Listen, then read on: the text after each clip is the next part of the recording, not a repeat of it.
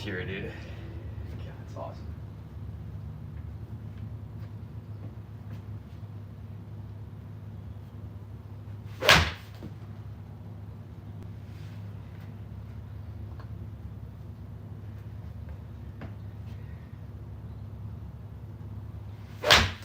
Alright.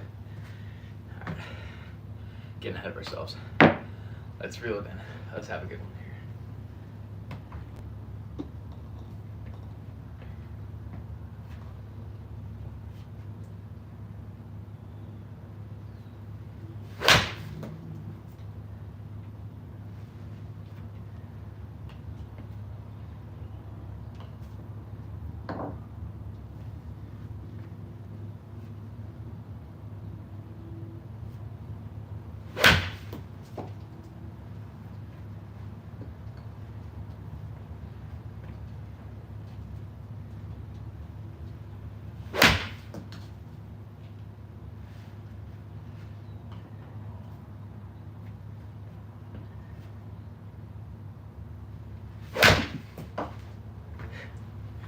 Dude, this is insane. I feel like I can do no wrong. Like, this is nuts. Every single swing is pure. Pure. It's crazy.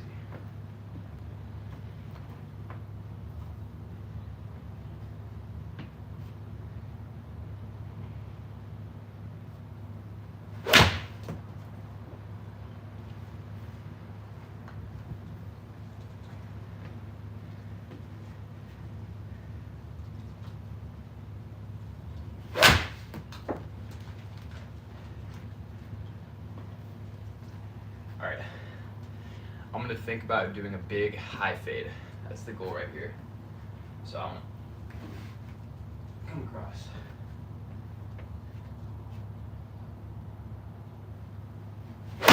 Oh.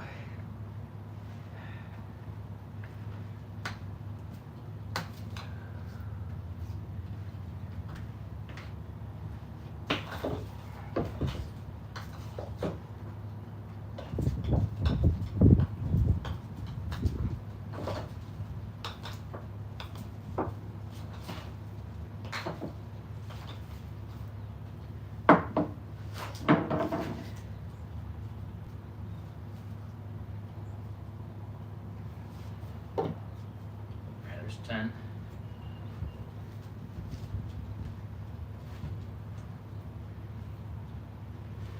There's 20.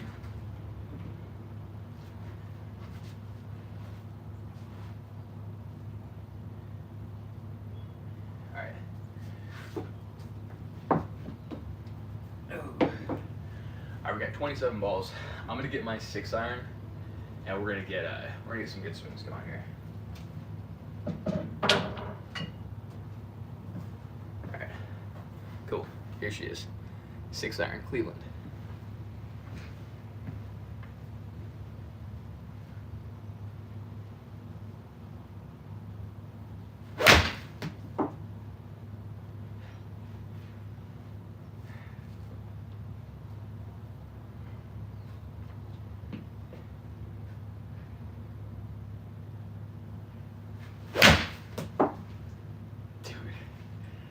These are crazy, dude. Like, I don't get. I'm smashing these. It's nuts. I don't do this normally.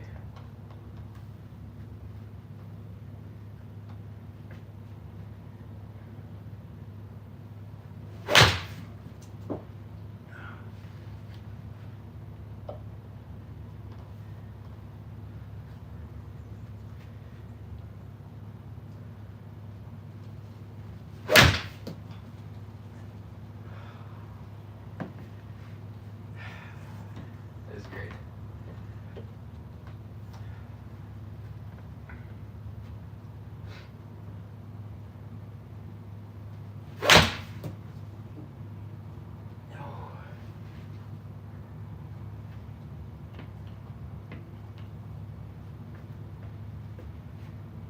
I'm gonna do a John Daly swing.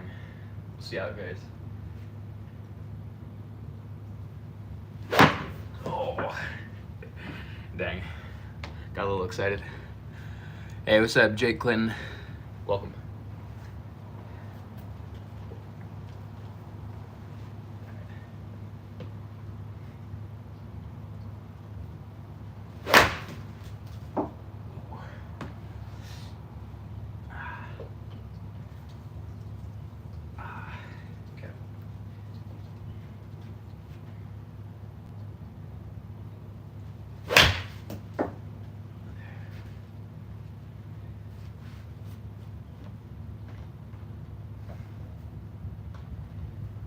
gonna try something.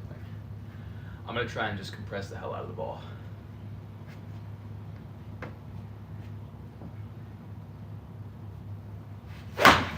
Oh, that didn't work out. Oops. Hey, what's up, Isaac? What's up, everyone? Welcome.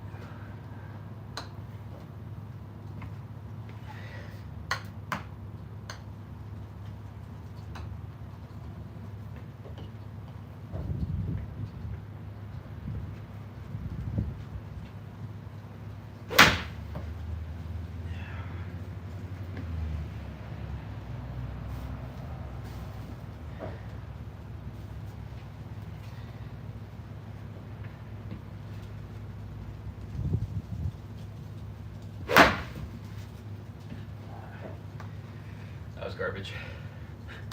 All right. Let's lock in.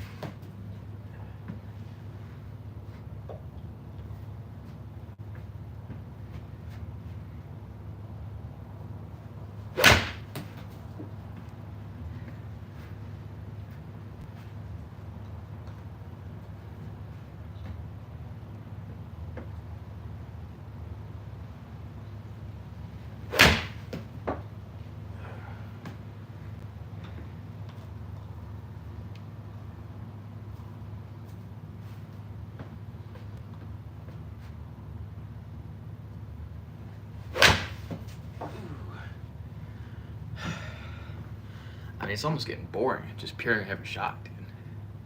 Just kidding.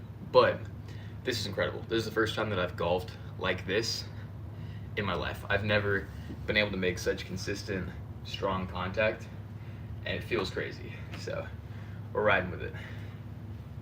And you guys are witnessing the first consistently good golf I've ever done.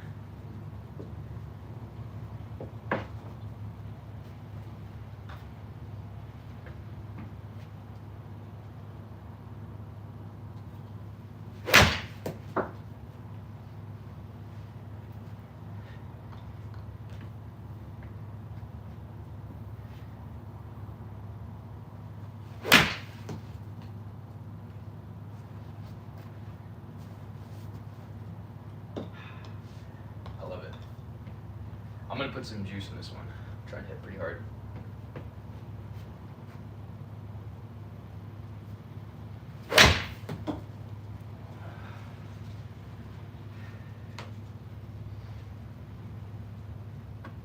Incredible.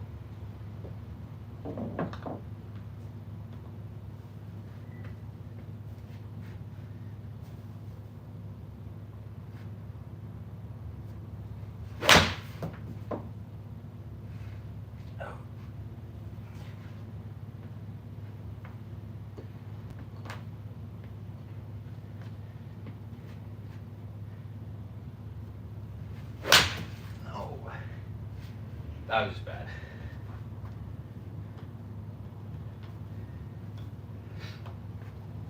What's so fascinating though about like the whole like closing the club face thing is that now that I know that I've been doing that incorrectly, it's like it makes me realize that the way that I've been swinging has been taking away so much compression and power that like when I'm able to get this swing down and I go to the range, it's going to be unlike anything that's ever happened before, because I'm actually going to be able to hit the ball square with the right kind of compression, and I should be able to add like 10 or 15 yards to like every club, if not more, which is nuts.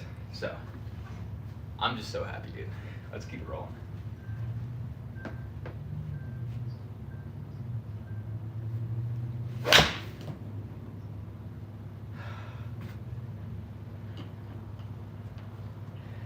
Dude, that is just so much fun.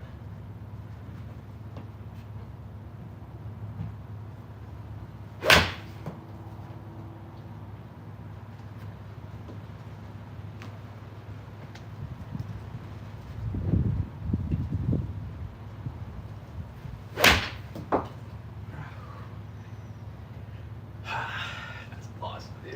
That's so sick. Alright, I got 2 balls left. I got the E6 and I got the red ball. With the E6, I'm gonna try and do like the smoothest swing possible, just like butter. And with the red ball, I'm gonna try and give it like some serious power. So let's do it. Smooth here, fast there.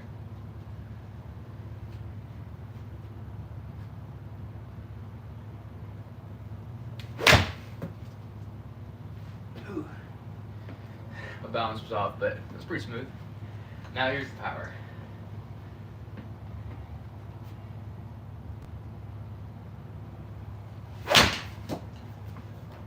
Dude, that is crazy. This is crazy. Man, I wish you guys could have seen me like 2 days ago, because I was literally hitting everything like in the bottom right corner of the net and like hooking everything left and like just not, I couldn't even hit the ball flush, and like this is crazy. So I'm gonna pick these and move down to the 5-iron.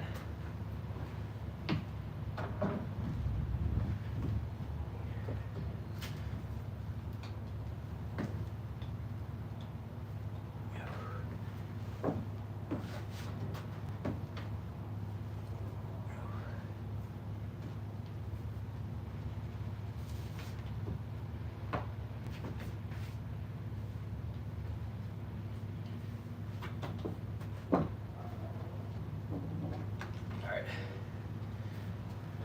Let's do it.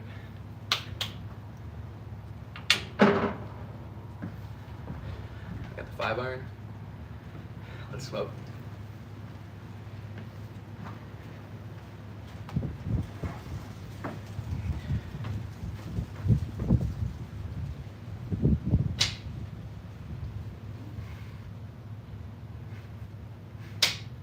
Okay. Actually, I can probably just move this back.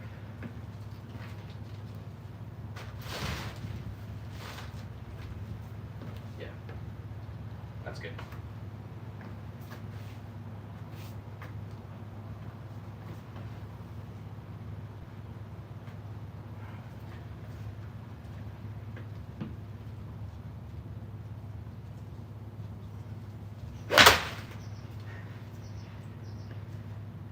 Just like that. Alright, that was bad, but that's like how like every swing was turning out yesterday, the day before, like the last like 2 weeks. So let's get back on track. Let's flush that one.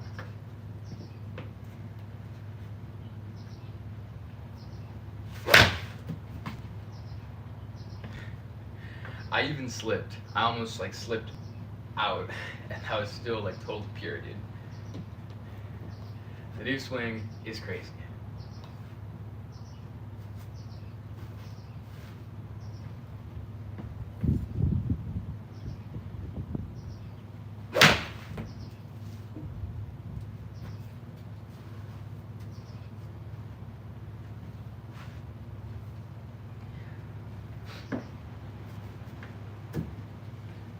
Alright, we're just working on smooth right now. I'll get faster as I get deeper into this this handful, but smooth. That was a hosel shot. Oops. It's okay. Alright, too much talking. I need to get focused.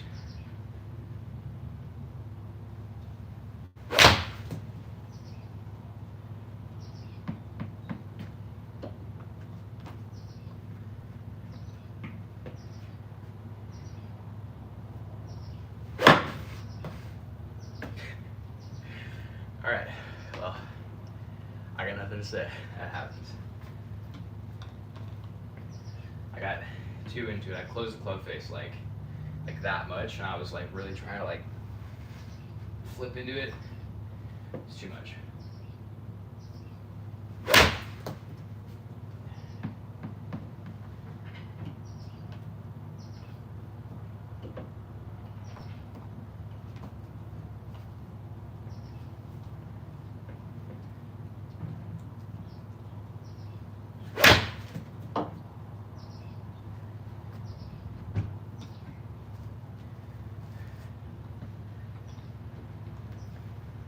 It's like, what's funny is that I had this swing where my club face was open and I was trying to turn my wrists over, like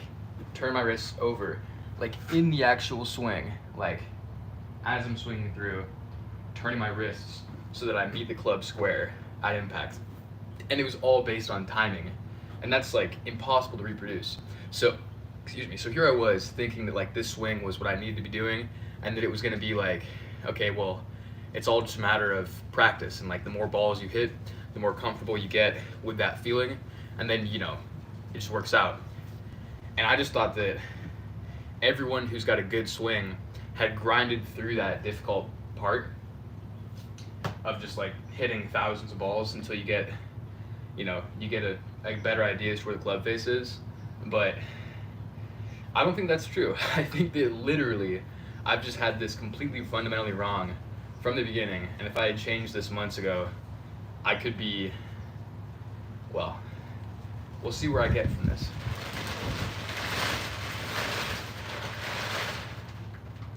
Oh no.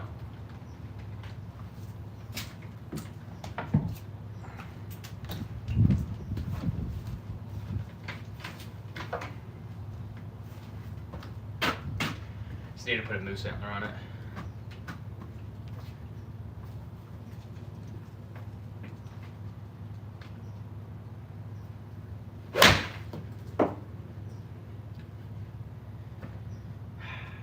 It's just amazing. So pure. So happy.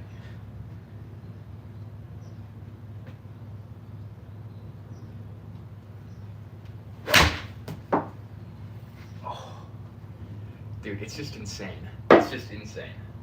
And just to like reiterate, all that I'm doing differently compared to the last couple months is when I set up, instead of setting up to where the club face is square and perpendicular to the ball, I'm setting it up so the club face is closed and facing like this kind of angle. And what happens is during the swing, the club bends back and it opens the face to that initial point that I set up at previously. But if you set up with your club face square like I was, there is almost no way to hit that ball flush consistently. It's almost impossible. So like, I was never gonna figure things out if I kept doing that, which is kind of funny. So I'm glad I learned that. Yeah, club face closed at address, and then at impact, it's open and square to your target.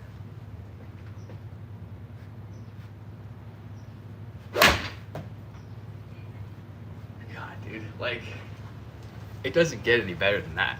Like, as far as repeatable, consistent, quality ball striking, that's like, I've never had a swing that I feel better about for doing those things than right now. So this is just so much fun. It's just so exciting, dude. And it keeps getting better.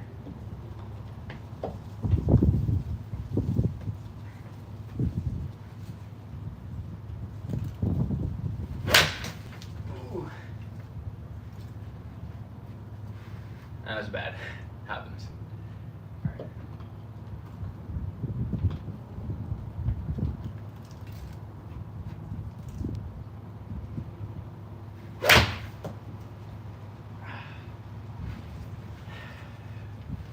Dude, it's just amazing, man. I can't believe how good this is.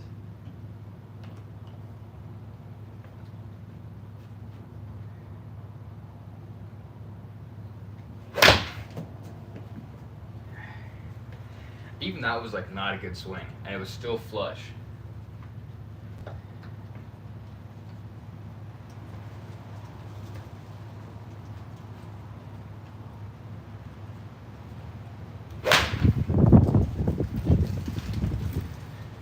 I topped it. It happens.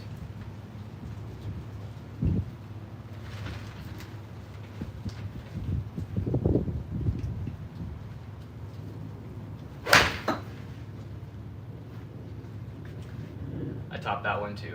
I went underneath my net. It's not good, but dude, like this is just incredible. And like it makes perfect sense too, because it's like you should be trying to like with your wrists and hands, like you should be trying to like pull through that ball. Like the force should be applied like outward from like this point. Like that motion, that's how you get that compression. And like if your club face is open at address, like you literally cannot get that to happen, because you have to either like stay on one plane and just come through perfectly, which isn't even going to hit the ball down, it's just going to hit the ball like straight, or you're just going to hook everything, or you're not going to turn your wrist over in time and you're going to slice everything. So it's like, no wonder I've been sucking so bad. Like I've been golfing entirely wrong.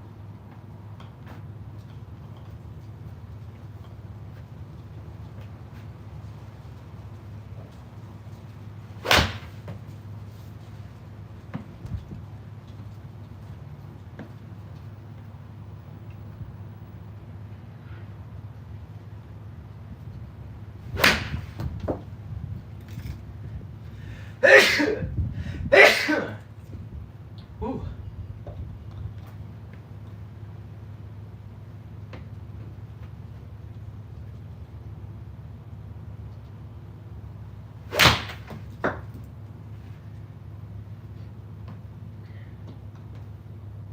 It's like you would think, based on that setup, you would think the ball is gonna just like shoot left. Like the way that my club face is aimed, it's like left of this net. So it's like in your mind you don't want to swing because you think the ball is just gonna like hook that way, but it doesn't. Like the club literally bends back for you to hit that ball square, which is just so epic.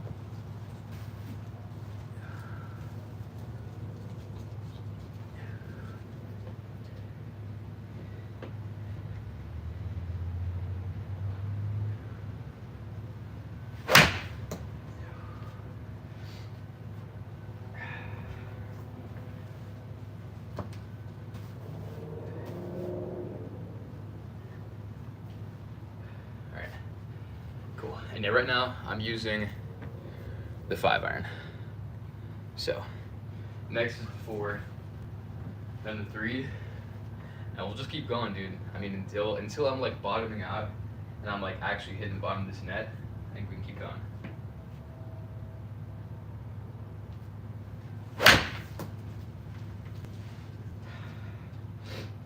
It's incredible.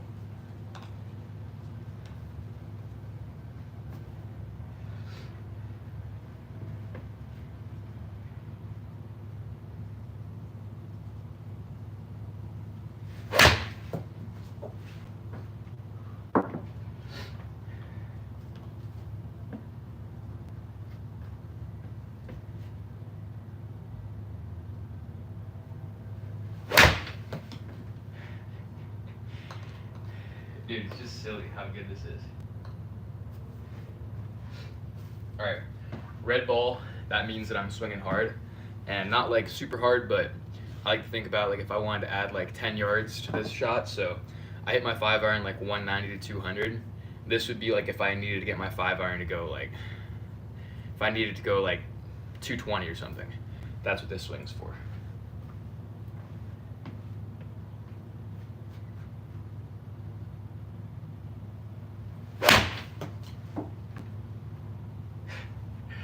Dude, that is fucking crazy pure. I can't believe it. All right. So that was a crazy good 5-iron round.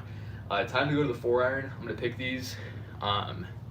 It's crazy, dude. I'm thinking about it, like how many swings this actually is, and I'm hitting like 25 balls per club.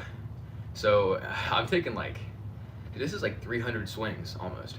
But 4-iron next. Let's do it.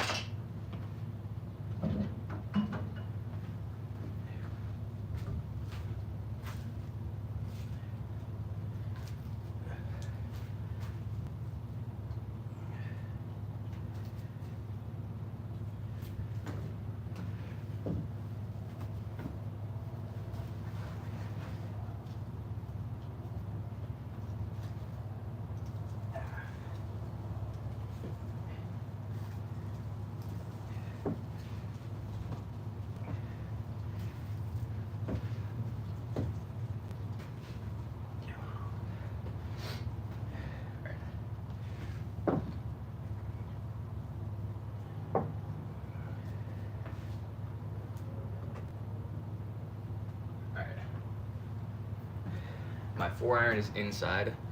I'm gonna grab it. What's good, Moose? What's up, Vincent? How's it going, dude? Welcome. I'll be back in a moment.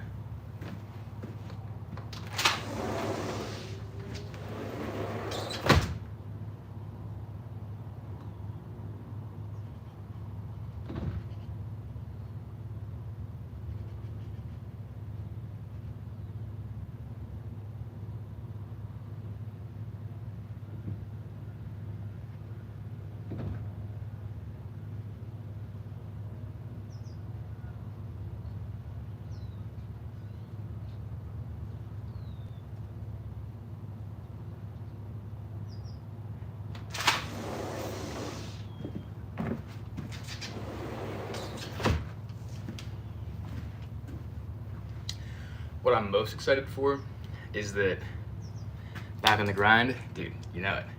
But it's cool, man. Like what I'm most excited for is like I'm learning this technique and it's helpful with the irons. It's so helpful with the irons.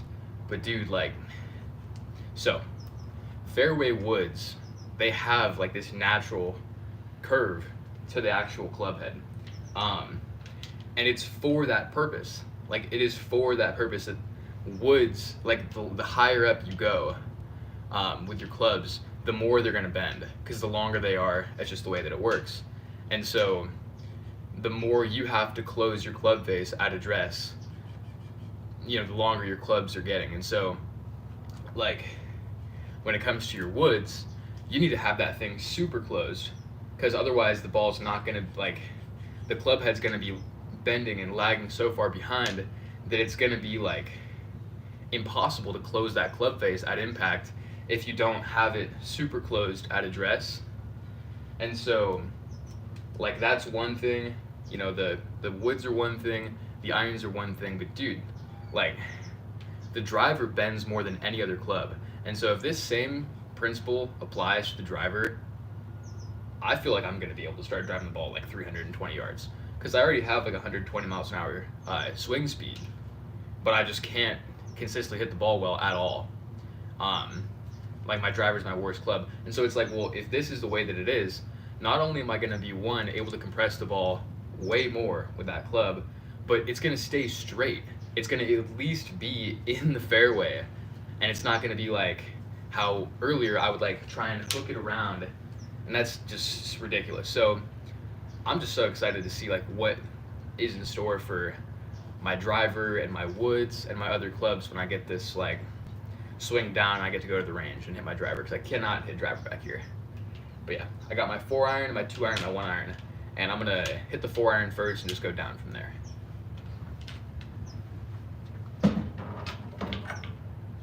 Take a little drink first. But yeah, dude, like this just is so, it's just so exciting, because like I've just been eating the bag of shit for like 3 weeks. I've been just like doing so bad at golf, and like the whole purpose of this channel is to be scratching a year. And so if I want to be doing more than just scratching my nuts in a year, like I need to be able to, you know, consistently be getting better, and I wasn't, and it was like, it was killing me. So here we are.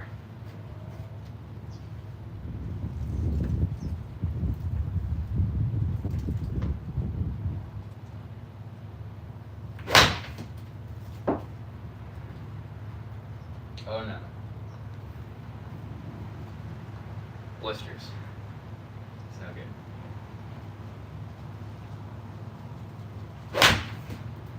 Ooh. No. No, no, no, no, no.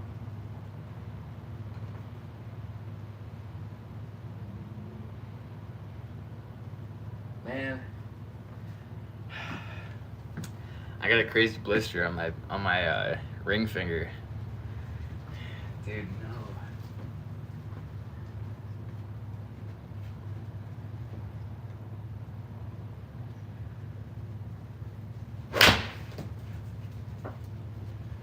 I need to loosen my grip. So I'm getting through these clubs, dude. We're gonna finish this one strong.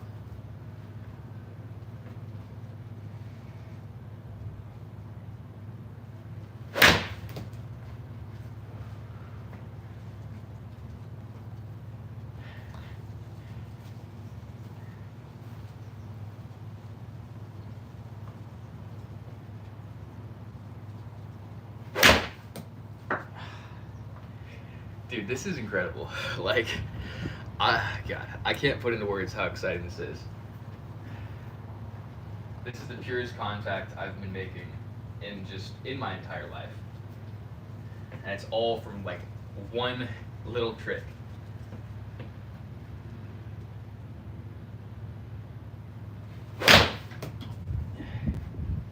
Even that swing, right before I hit it, I like kind of got weird with my fingers and I like forgot. I like stopped. I basically lost focus right when I went to hit it, and I still was able to hit that one straight and hard. It's insane.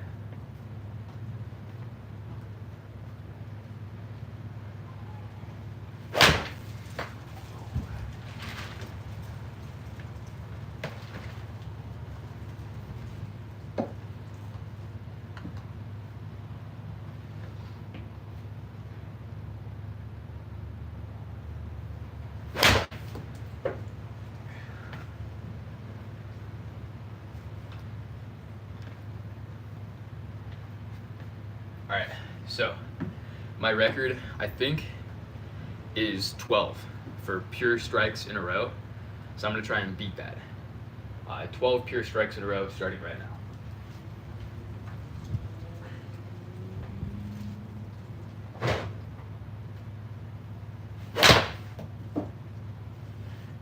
That's one.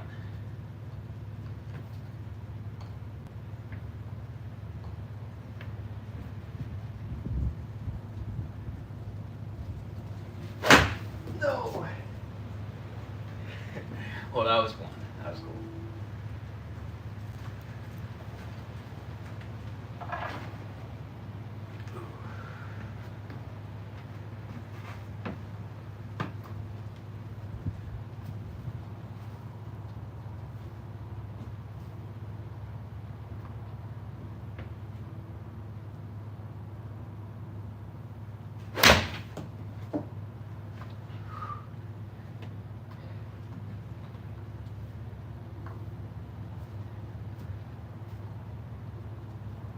So, I feel like the cool thing about this mat is that, like, I've heard people say, you've probably heard people say it, that if you hit off a mat, you don't really get a good feeling for what it would be like hitting off of grass because, you know, the mat kind of has forgiveness, and if you, like, miss it on the mat, you can't really tell because the ball's still gonna do what you want it to. But with this mat, it's like, if you catch it ever so slightly fat or thin, well, if you catch it thin, obviously you're gonna know because you're just gonna top it. But if you catch it even the slightest bit fat, it like pulls up the mat, and you like can feel the mat like slide forward, and it's like very obvious when you mishit it. And so it's like this is a mat, but it really does replicate real life golf more than another mat would, because like the mat's gonna slide out of the way if you hit it poorly, but that would never happen on a big mat, obviously.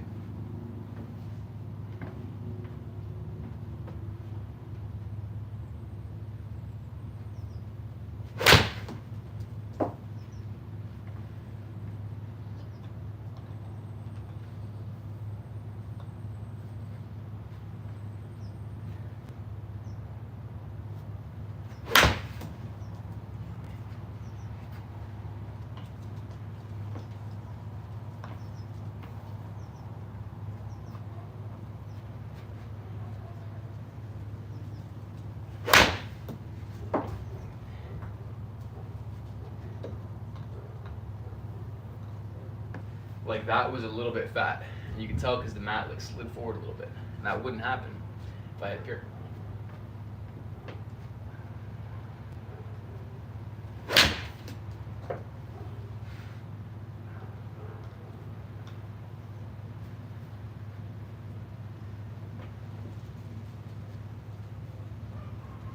Alright, I'm not gonna lie.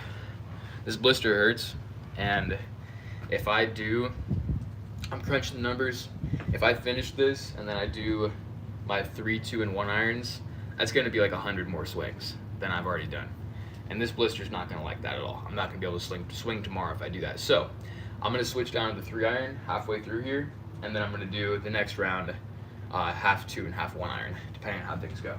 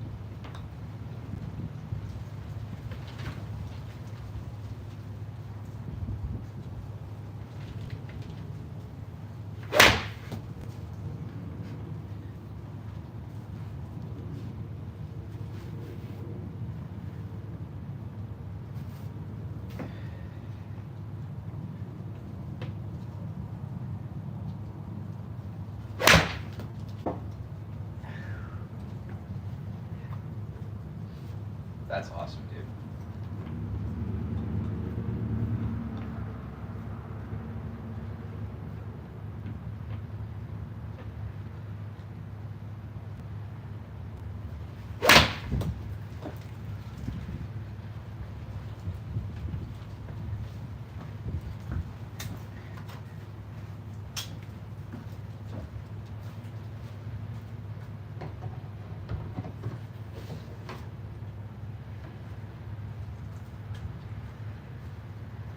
Alright. That should hold it down. Yeah, when in doubt, use a moose antler. It's kind of my motto. Alright.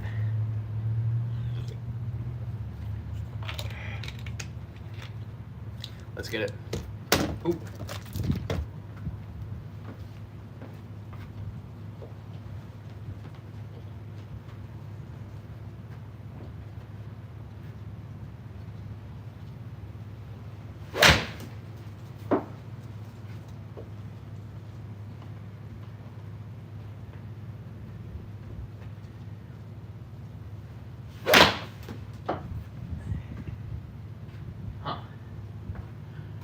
Okay.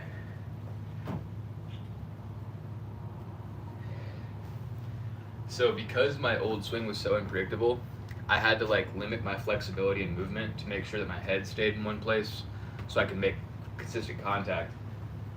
But because this swing doesn't, it eliminates poor contact like in the same ways that I had it before, because I don't have to worry about that as much, I can actually get more mobile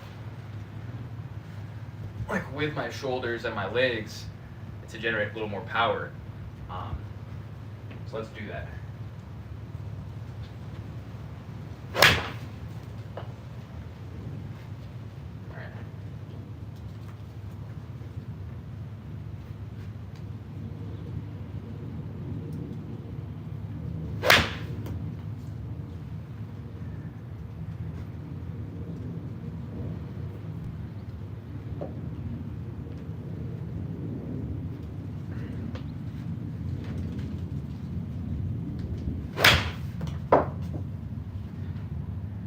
Alright, once again, I got the last 2 balls.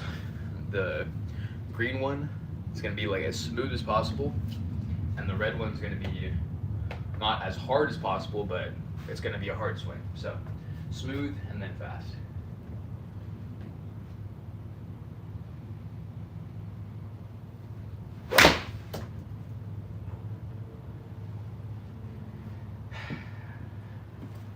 And you gotta love it, dude. That's so pure.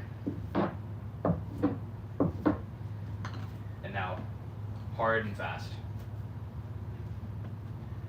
Still smooth. I'm not trying to like, I'm not gonna be like, trying to like, you know, I'm not long driving this, but I do want to think about, I know I've said it a bunch of times, but I want to think about if I were to add 10, maybe 15 yards. So I actually had this shot opportunity like in real life last week. I was 217 and I needed to carry it 217 to clear this creek. I had my 3-iron. I usually carry this like 200, maybe 205.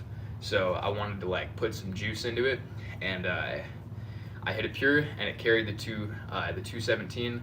So that's pretty much what I'm looking to do with these last swings whenever I have the red ball. So I want to think about like if I'm in that situation where I don't want to club up because I might not get the loft that I need, but I want to hit this one further.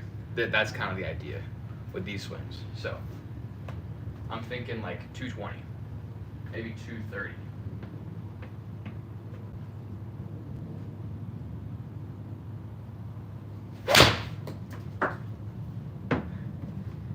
God, dude, that is so pure.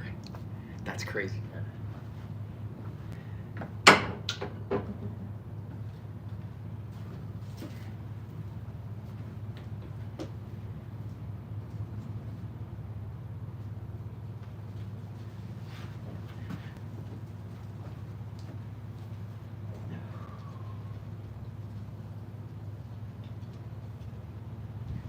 It's funny because the way that I usually do it in the backyard is I'll have like my 25 or so balls here that I start with, and then if I don't hit one well, like if I hit one, if I catch one thin or if I catch one fat, it'll either not have the speed to hit the net and come back, so it'll just rest at the bottom of the net back there, or if I thin one, it'll come out low and it'll just stay underneath the back of the net.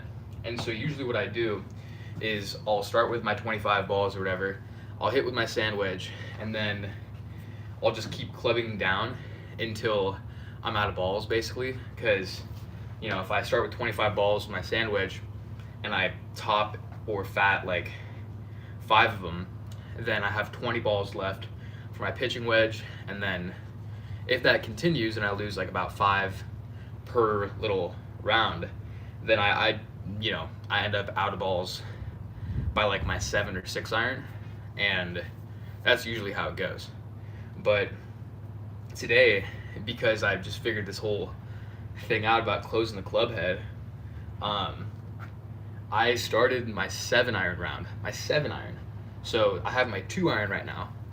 When I started my 7-iron round, I had 27 balls, and I've just gone through my 7, my 6, 5, 4, 3. I've gone through 5 clubs and like 90 swings. If not, no, way more than 90 swings. 5 clubs with 26 balls. I mean, that's like 130 swings. I've gone through 130 swings and I have 26 balls. So that is, to put it like simply, that's 130 swings and 1 like true miss hit, which for me, being a 25 handicap, this is crazy. This is the most insane thing that's ever happened to me in this backyard. So let's keep it up, dude. We got the 2-iron, then the 1-iron, and then we're done. So let's have some fun.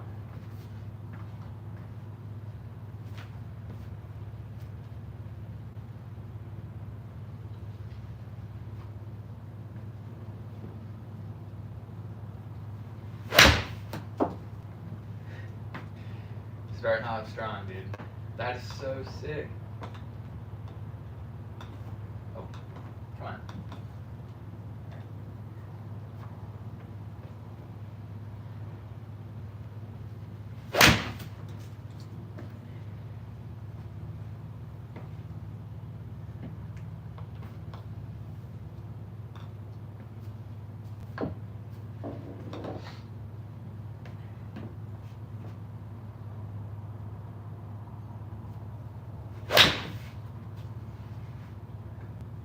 Alright.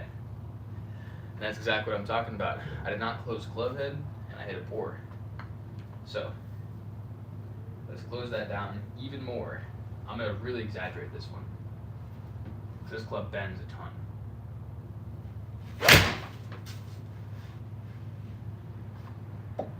That's crushed.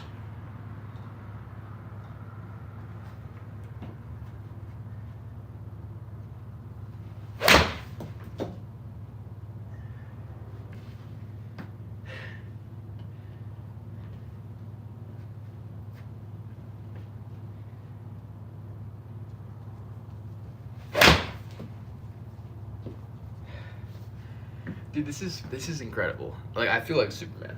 This is nuts. I feel like Tiger Woods.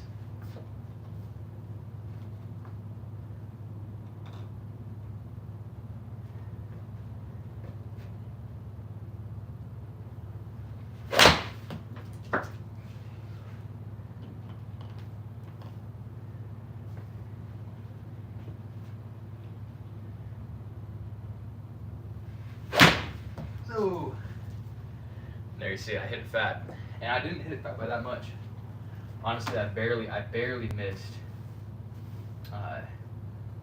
the bottom of the ball, but it still sent this mat flying forward. So it's like, you really can tell when you had a bad shot back here. It's not like regular mats.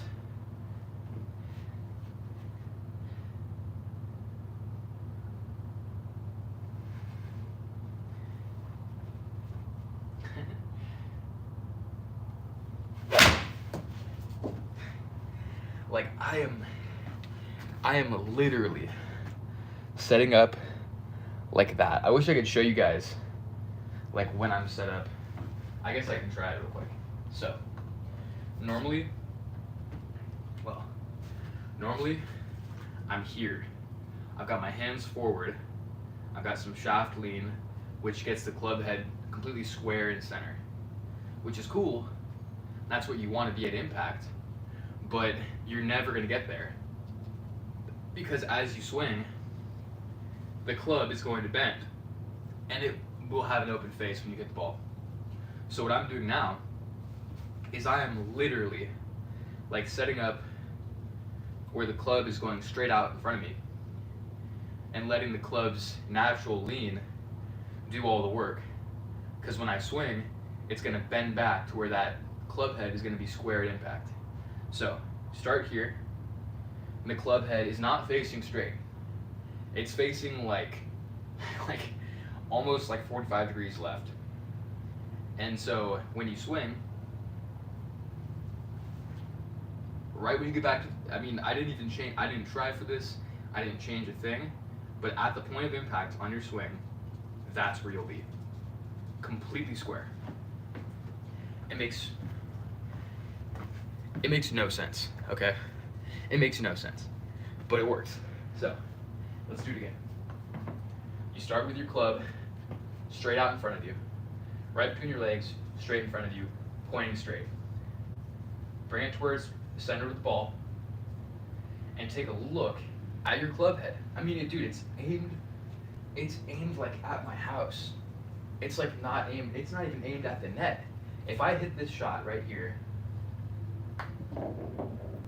see where that ball was rolling? It was rolling like left of the net. And so when you go to actually swing,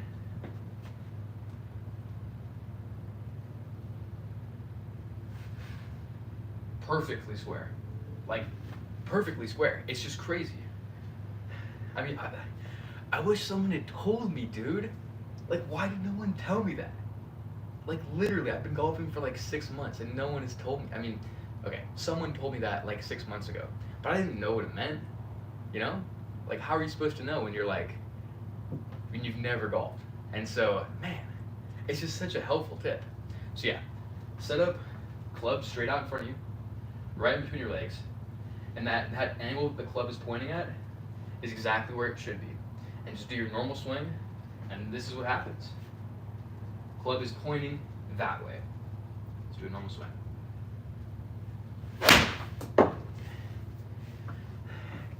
And the ball still even ended up coming out right. So it's like, but that would have been a nice draw. I do have, like, my ball does draw a lot. So that would have been a fine shot. But it's like, the whole point that I'm trying to demonstrate here is the ball does not come out left, like your club is facing. The ball comes out straight or even right, and it's just such a crazy feeling. And there's so much compression. All right, let's keep going. Club straight out in front, right between the legs.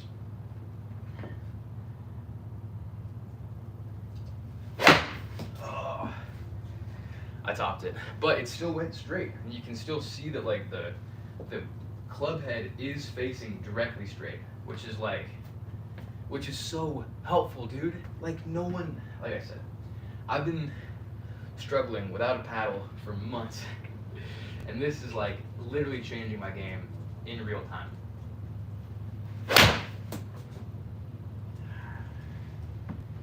Incredible. Incredible.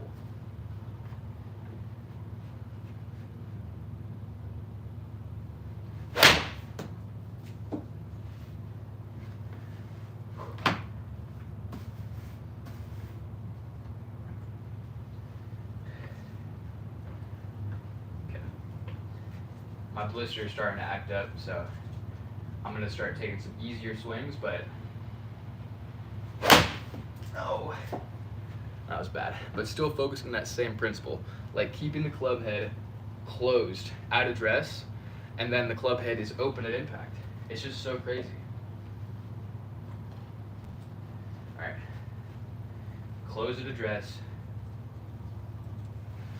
open at impact. Or square at impact, not even open.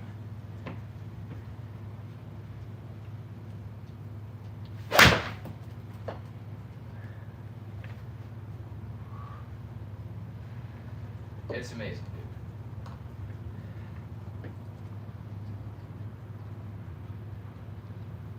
dude. I'm catching these a little bit chunky, but it's also just because this mat, it's like ripped up back there, so if you catch it at all on the downswing, it's gonna pull it up and it's gonna be weird, but I need to hit these a little bit better anyways, so let's do it.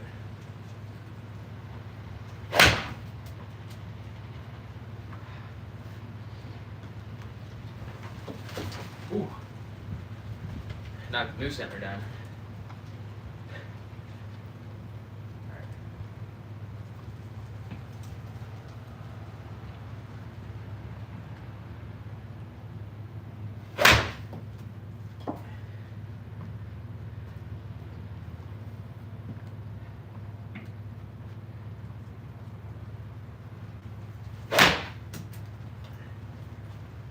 Alright, so once again, like as you can see, I'm not hitting these perfect, but every single ball is going straight. It's going within like a 1 foot, a 1 foot window in the net, which is just perfect, dude.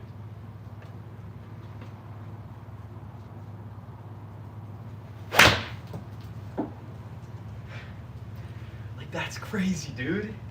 That's so crazy.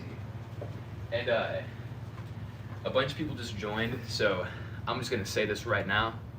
I'm not a good golfer. I'm a 25 handicap.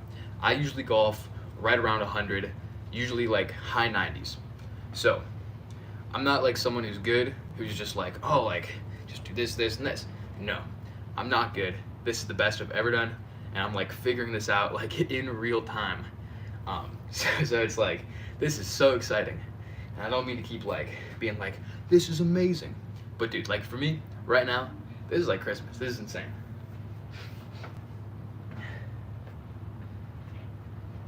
So, club face, center at address, or sorry, shaft in the center at address, pointing straight out. Club face, pointed at that angle that I'm standing at. Almost 45 degrees, but the swing will bring that club head back.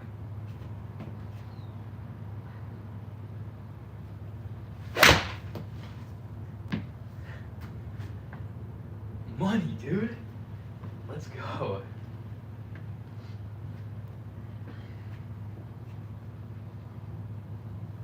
Alright. I got behind that one. I got like a little bit like But I still think, this is the most important part, is like, I still think that even without having been like the worst swing in the last like 10, that ball still would have drawn, and it still would have been probably in play, and probably would have gone like 180 yards. So it's like, they always say that you want to control your miss hits, and if you can do that, then you're on the right track with golf. And I feel like I have no idea where my miss hits go 95% of the time. But with this, what I'm like, I don't know, with this swing, I can say that a million times. With this new swing, it's like, the miss hits are really good still. Like, they're fine. Now let's not miss hit one. Let's pure this. Ooh. Alright, well, I jinxed myself. That's my second, like, really bad swing in this entire round.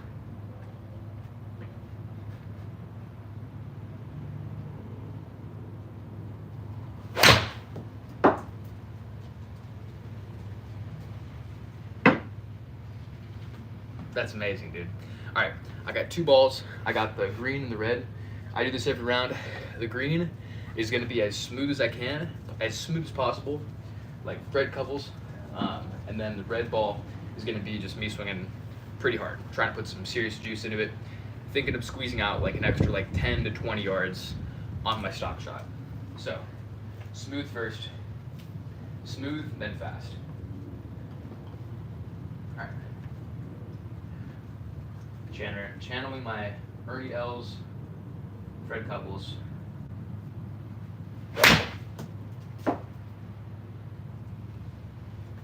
That was pretty pure, dude. That was money. That was really good. All right, so now, like I said, I want to think about squeezing an extra like 10 to 20 yards. I usually hit my 2-iron like 240. So I want to think about if I needed to hit this like 250, 260, what kind of swing would that look like? So not like I'm trying to hit it 300, but like 250, 260. What would that be? This is it.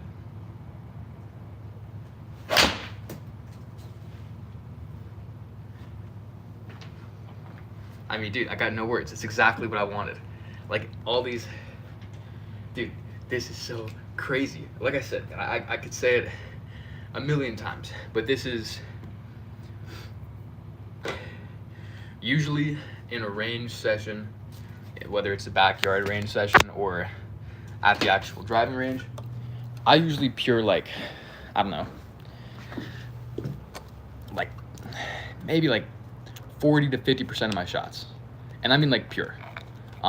So honestly, even less, like 30 to 40% of my shots I hit pure usually, and the other ones are not terrible. I'll usually have like 20% of my shots are just completely miss hits, like chunks, thins, just duffs. But yeah, like usually only 30% of my shots are like actually pure, and that's at the range. That's in general. Today, I have had like 80 to 90% shots just be pure, which is just stupid good for me personally. This is just insane. And so, just to put in perspective, if a ball is stuck in the net, like behind this black line, that means it was a bad shot. And if the ball is up against this deck, that means it was a good shot. Now take a look. How many balls are behind that black line? There are 1, 2 in 150 swings. Now let's see how many balls are up against the deck.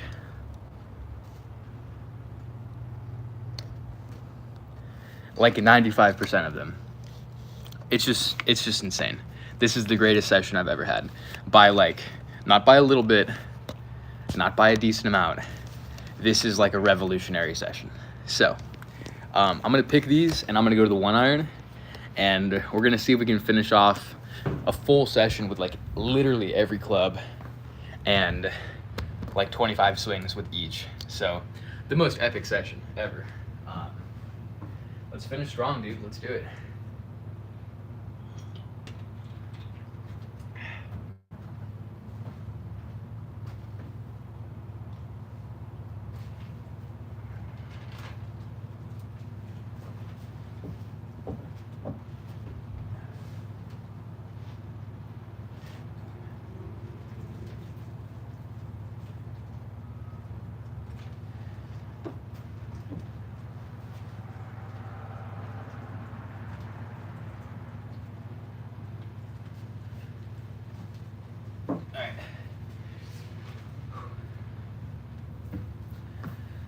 let's do it. Silver Scott, 1 iron. Pretty much a blade. Not a blade, but it's close.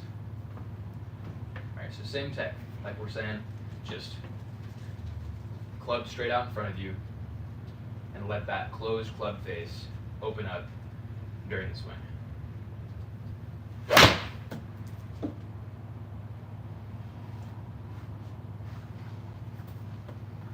I mean, that's just amazing, dude. That's just so amazing. Honestly, dude, drop a like. I mean, you gotta drop a like for that. Come on. That's amazing, dude. We figured out how to golf in real time.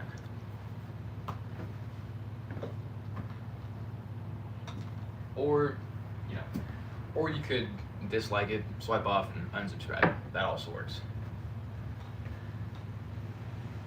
Let's do it again.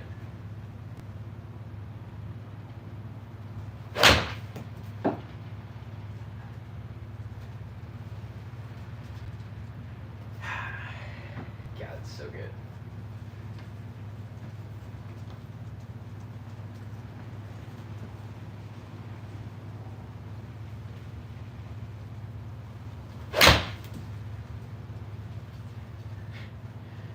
Alright, so I mean, yeah, so far with the hardest club, we are 3 for 3, 3 swings, and 3 like dead center pure shots. Let's try and do 10 in a row.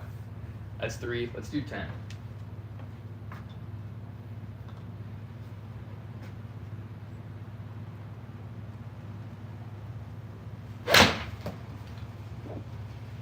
That's 4. No. My grip's messed up.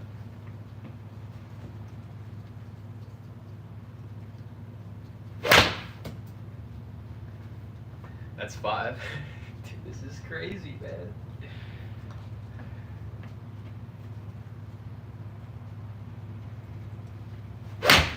Oh, no. And I chunked it. Dude, that was... I mean, this is crazy, dude. This is just so crazy. I could say it a million times, but I don't want to bore you guys. Let's keep rolling.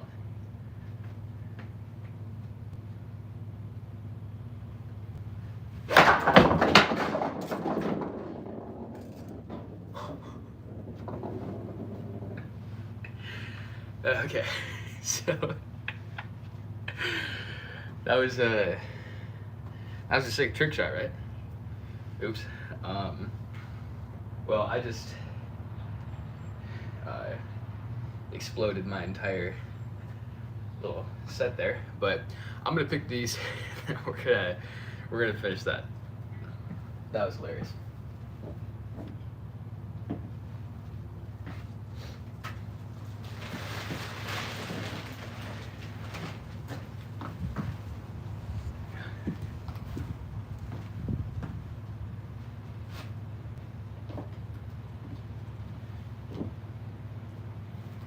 Okay. Perhaps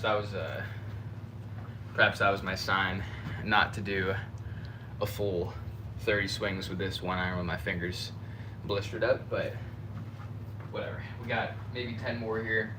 Yeah, we got 10 more. Dude. Let's finish strong as hell. And then what I'm gonna do is once I finish this, I think I'm gonna go through 1 club at a time and just do like hard swings, every single club, and try and do every single club pure in a row. If I can do that, dude, that would be just insane.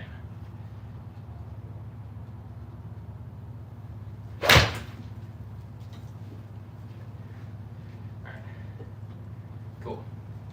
And we're back to pure, just like that.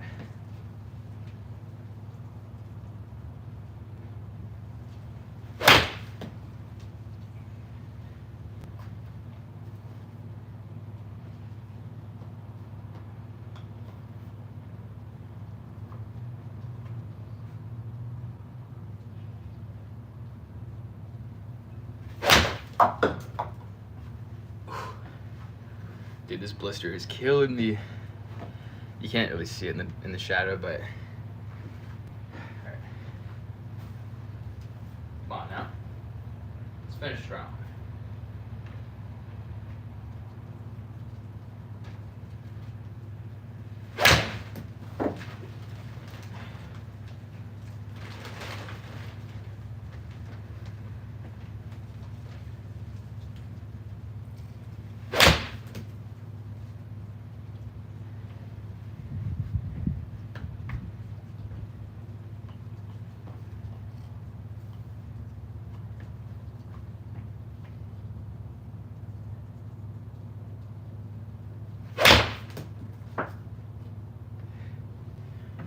Dude, this is crazy.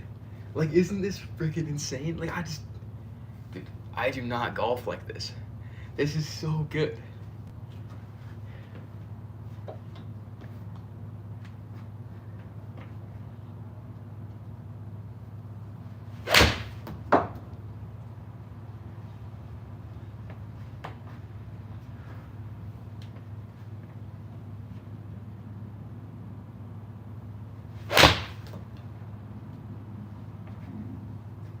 Okay, so we're down to the last two, and I do this every time with the last two. This yellow-green one, I try and do like the smoothest swing possible. So like getting in my Fred Couples or yells, just like smooth. And then the red ball, I try and add like 10 to 20 yards onto my stock shot. So this is the 1-iron. My stock shot with the 1-iron is like 240, 250. And yeah, so this would be like, if say I wanted to hit one like 270. If I wanted to hit a 1-iron like 270 and I wanted to really crank one, that will be the swing I take at it with the red ball. So first swing, smooth as possible. Second swing, hard as possible, within reason, like an actual realistic shot.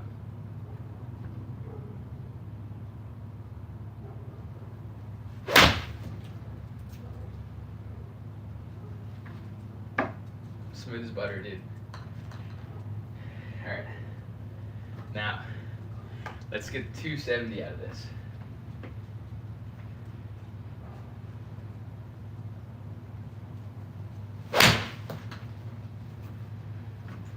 Dude, that was freaking smashed. That is crazy, dude. That is so fucking crazy. I just like, it's just so much fun. Like, I just can't stress it enough, dude. Like, I do not golf like this. Okay, like, I am a high handicap golfer. I don't hit my clubs very far, but I've figured out this like one trick, like actually this one trick that is fixing everything in real time. And just to reiterate what it is this. At impact, or at address, I used to have the club face square with the ball. So totally square with the ball and perpendicular. If say I want to hit the ball this way, my club head would be like this. So flat. Actually, I'll face you with it. If I want to hit the ball towards the camera, I would have it so that the shaft would be leaned down and the club head would be flush and square, facing you guys. Now what I'm doing is bringing the club head back to where it's closed, and then I'm taking my normal swing and letting the club bend during the swing to where my hands get to that same position, but the club head is no longer closed. It's actually open, and it's in the process of whipping itself closed, which just adds crazy compression and crazy speed. And so, like, basically during this one session, I have transformed my game in ways I never could have imagined. So yeah, now I'm gonna go through, try and hit every club pure. I'm gonna pick some of these and then we're just gonna do every club pure in a row challenge.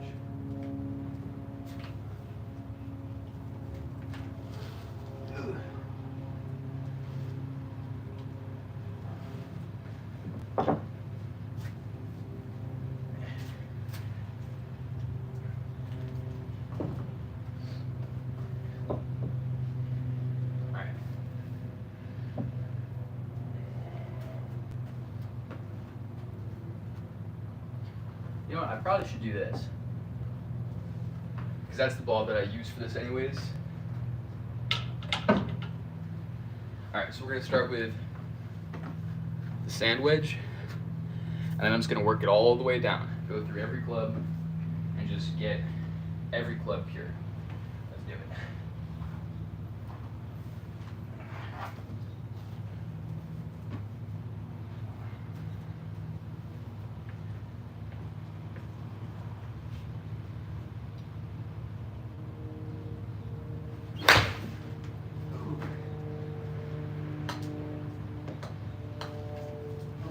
Okay.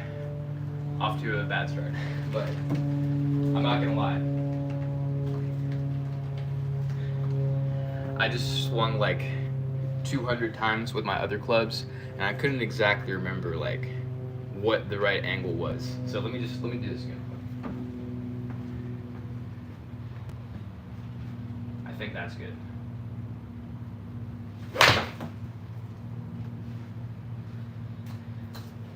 And that was a good strike, but it wasn't exactly pure. So I'm gonna do it again, and I want that like pure like flush feeling. So let's do it. And I want to swing hard too. I don't want to be doing, these are gonna be hard swings.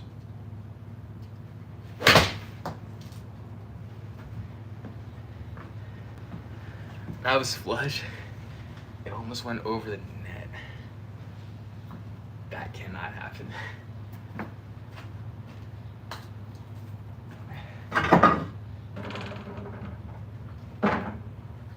But on to the next. So we got the sand wedge done. Here's the 8 iron, or 9 iron, sorry.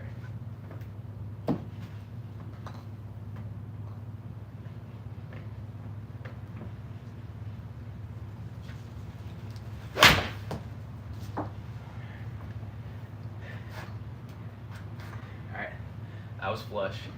8 iron.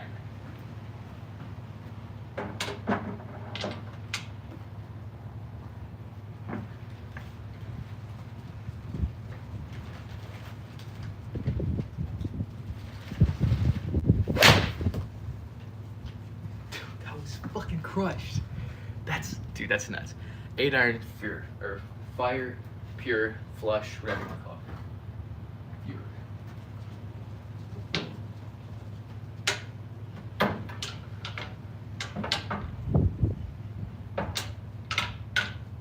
Okay. Now time for the 7 iron.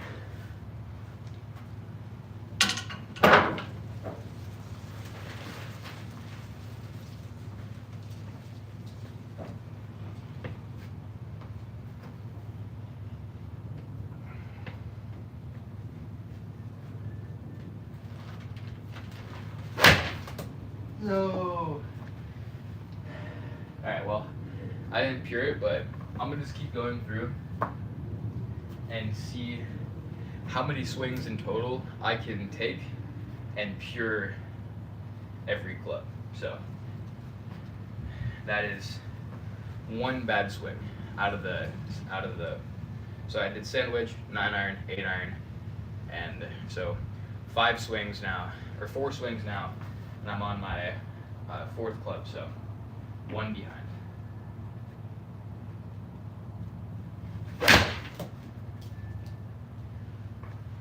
That was hammered. All right.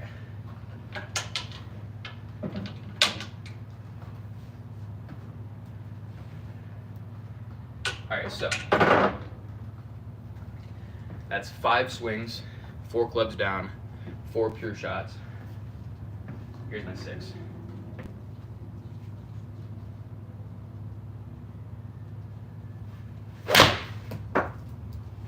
Dude. Hammered, man, let's go. 6 iron down. 5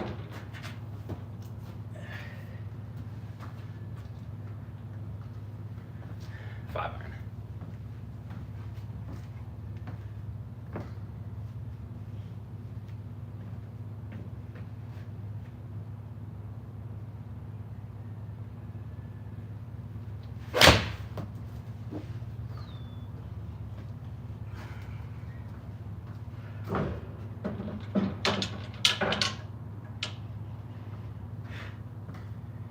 Four iron. Let's keep going.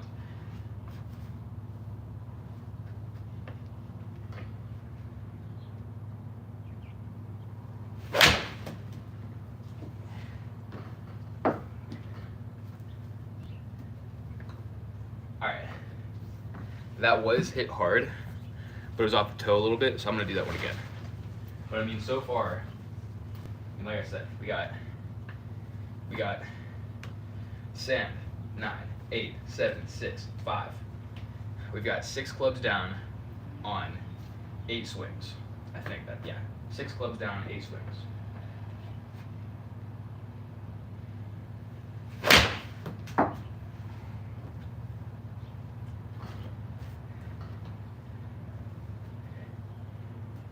it's so close to flush, but it's not. So like for the purpose of the challenge, I'm not gonna count that.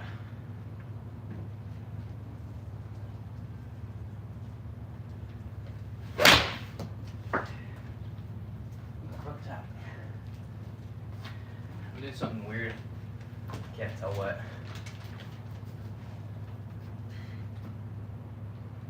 I'm hitting these off the toe, maybe. I don't know. Put the ball a little forward.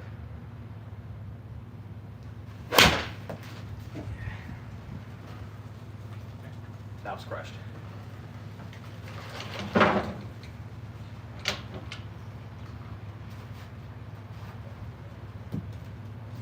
No. Alright, so it took me 4 swings with the 4-iron, but it's okay, because the 3, like, that's the thing, right? Is the 3 that weren't, like, pure. They were still amazing shots. Like, they were still really, really good. It's just they weren't, like, completely pure. So, I mean, what more can you ask for? So, I got a 3-iron. Let's finish strong. 3 for 3.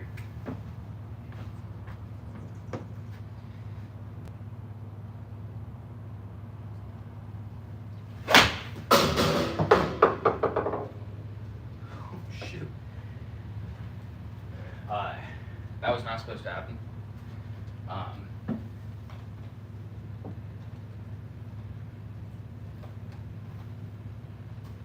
Okay, so that's actually pretty interesting because I topped one of the balls that was back there. So I wonder if that means that I saved myself from a crazy chunk, or if that means that when I'm swinging this club, that means that the club head is on that plane all the way through, which I think that is what's happening because that's what it feels like, but I don't know for sure. All right, 3 irons, finish this.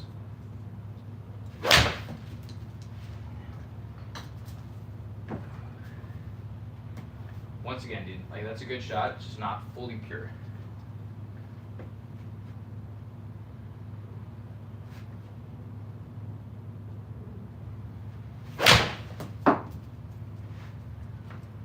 That was crushed. All right.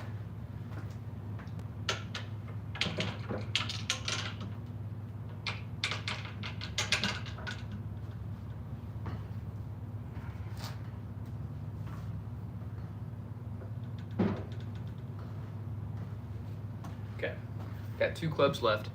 The 2-iron, the 1-iron. Let's smoke these 2. Let's finish this really strong.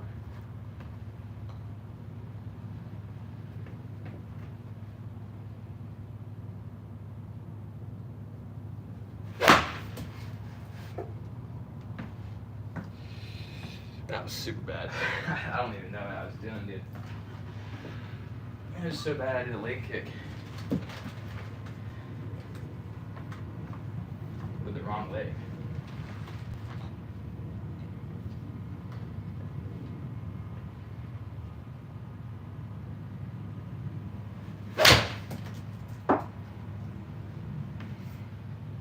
Here.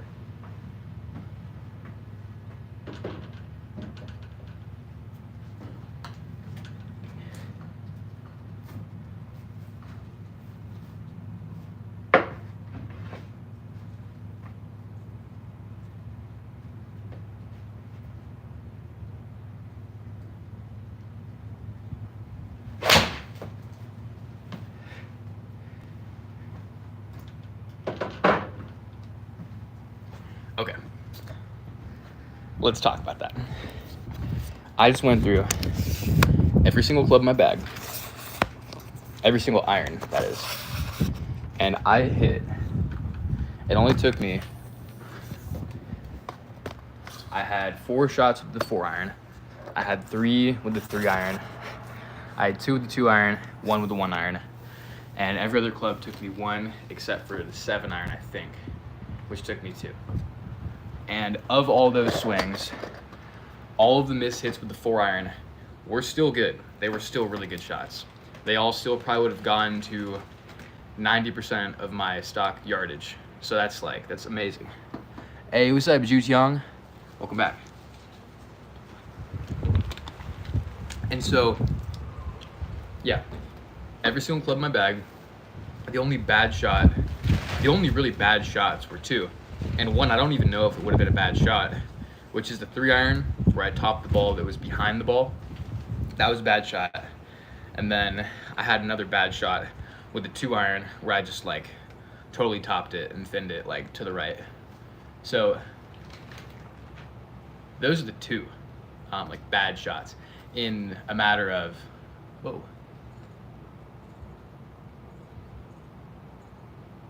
Huh. There's a big vulture flying overhead. But anyways, yeah, so I just took, how many swings is that? Like sand wedge, 1, 9, 8, 7, 6, 5, 4, 3, 2, 1. I just took 17 swings. I hit 10 different clubs. Yeah, 17 swings, 10 different clubs. 10 were completely flush. And 4 were like basically flush, just not exactly. 1 was weird, and then 2 were bad. So, of 17 shots, I had 2 bad shots, I had 1 weird shot, I had 4 not that bad shots, and then I had 10 pure shots. So, for me, that is so much more than I could ever ask for. And it's literally all due, dude, I could honestly, I'm gonna see if I can flip this. Yeah, yes, dude, yes. Let me do this so I can even have a better angle. Oh, that's good. Okay. Oh, dude. Dude, now we're cooking. So.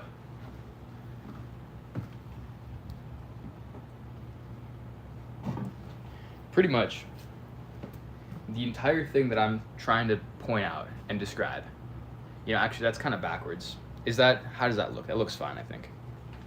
You know what? Let's do this. Let's just do straight up like this. Yeah. Okay, perfect. So this is my POV, right?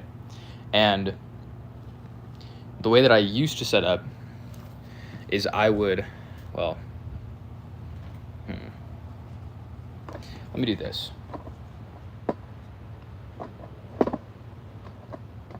All right. So this is my setup. The way that I used to set up is I would square the club face up, and then I would either play the ball. Can you see my feet still? Oh, dang, you can't see my feet. All right, how about this? I'm gonna figure this out, don't you guys worry.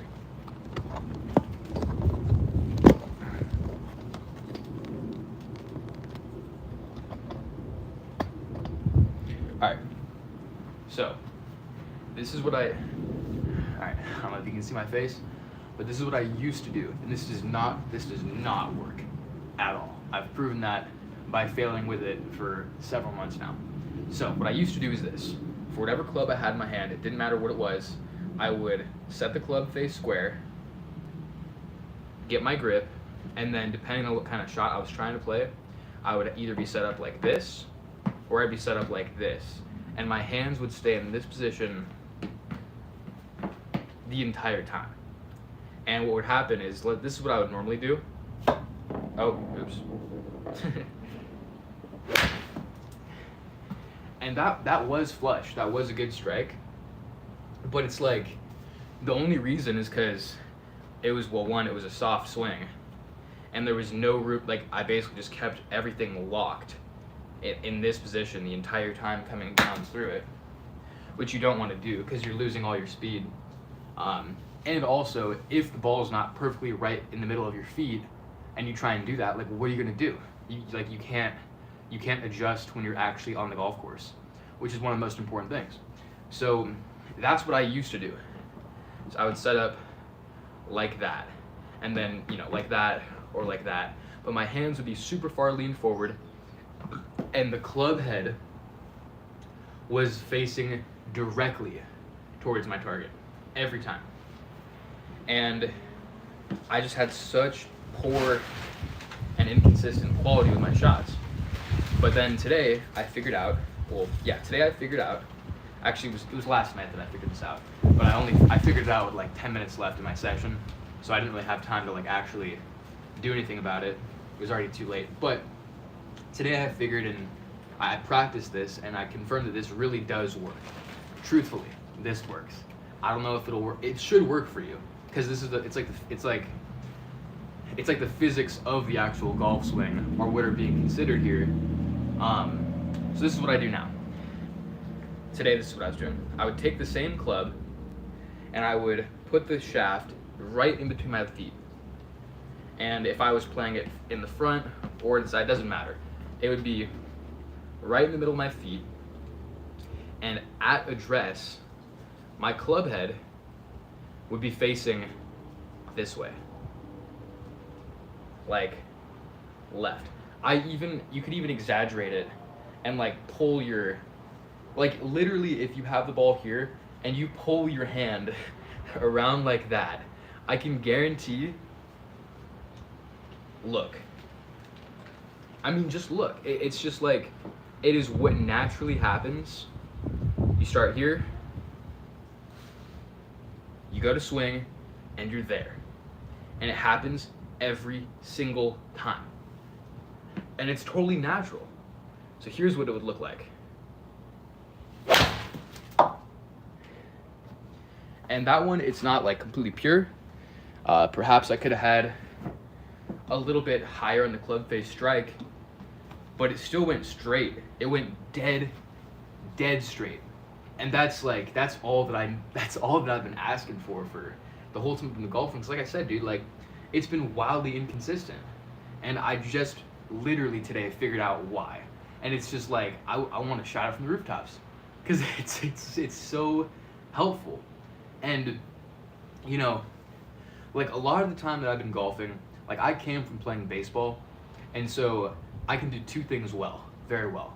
I can swing a club or a bat. I can swing whatever, anything that you put in my hands. If you put this tripod in my hands, I could swing it well.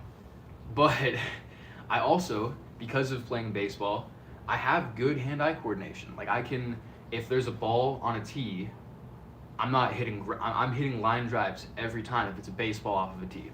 And so, like, to do that requires the same level of hand-eye coordination that's required to hit a golf ball square. And so, it's like, even though I haven't played golf for very long, it's like coming from baseball, I know that I can swing, and I know that I can use my hand-eye coordination to my advantage. But for some reason, like this whole time that I've been golfing, the whole last like 4 or 5 months, it's just not working like that. And so I've been like convinced that there's just something fundamentally wrong with my golf swing. And if I were able to look through like a high-speed camera, everything would be illuminated, and I would figure out exactly what's wrong. And that's essentially what's happened today. I didn't have to look through a high-speed camera.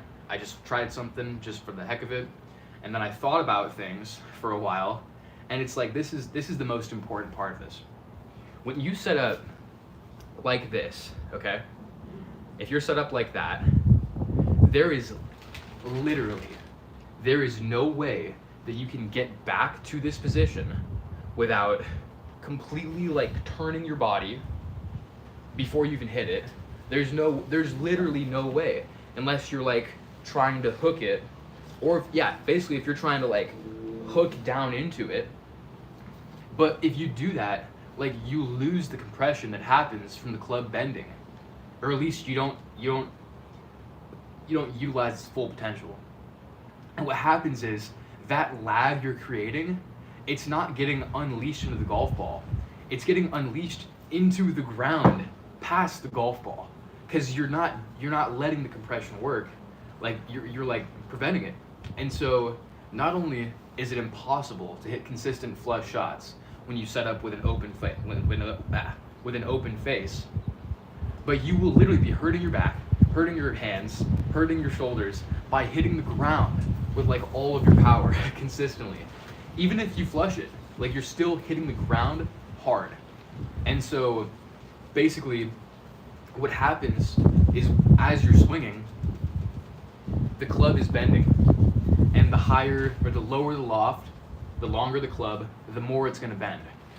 And so if you set up with a club face that's square, and then you go to swing, I mean, look at the club face. It's open. It's naturally open. And so maybe if you force a super inside out swing, you can get that to draw. And that's what I've done. That's what I've relied on. That's what my entire game's been based on. Is that like, yeah, like I know the club face is open when I hit it, but because I'm so inside out, it's drawing. And I thought this is good because I'm like, yeah, like I hit a draw, sweet. But that's not even true because like I'm just like I'm literally just like filleting the ball and losing all the compression that I would be getting if I hit the ball with a closed club face. And so, anyways, because if you start here, your swing is there, and the compression happens after. When you start with a closed face, what happens is the club is in the, like, I mean, look at how square that is. I didn't even try for that. Square. Square as it gets. But not only is that's hugely important and that's awesome. But what's arguably more important is that if you get to that position and your club face is now square instead of open, you can drive your hands through that ball with so much more force, and that bending is going to be like helping. It's literally going to be like smacking that ball, because that's what the compression comes from, is from that bending of the club and it hitting down into the ball, and that like it's just like you cannot do that if you start with a square face and are at open face at impact. You just can't do it. And so here I've been trying to think of like, okay, what if I start here, but then somewhere in the swing, I flip my wrists over. And like, yeah, that could maybe work, but you have to have like a perfect swing every time for it, and you have to time when you're closing off your wrists. So it's just so difficult to do that. And maybe it could work if you practice it like incessantly for years, but I don't got years. This is Moose Golf's scratch in a year. I have 1 year. I have to figure this out. And so it's like, yeah, this like I said, this has been a revolutionary tip. And it was not even a tip. It's something I just like stumbled upon that I just cannot believe that I haven't done this sooner. And I urge you, if you start with an open, or if you start with your face square at address, with your mid and long irons, do not do that. Start with a club closed, and it will straighten itself back out, and you can drive your hands through that ball, and it's gonna be bending, and it'll hit that ball square. It'll hit that ball square, and it'll hit that ball hard, with tons of compression. So, let's take a swing. I'm gonna see if anyone said anything. Okay, cool. And if you guys have any questions, let me know. I'm not like a pro. I'm actually the opposite of that. I'm 25 handicap. But if you have any questions about what I'm talking about, feel free to ask. Because, like I said, am I a golfer? Am I a scratch golfer? No. But I am, I was a high-level baseball player, and I do have an understanding of how the physics of this stuff works. And I'm putting it together out here piece by piece, and I'm just so excited about all of it. So ask away if you have anything that you like to learn from my experience. But let's not waste any more time. Let's close this club face and let's hit some pure shots. All right, so once again, this is what I used to do. It's like this, just setting up open face. And once again, like I did pure that one, but it's not a good swing. This this is how you need to be set up. And if you do that, when you swing, square.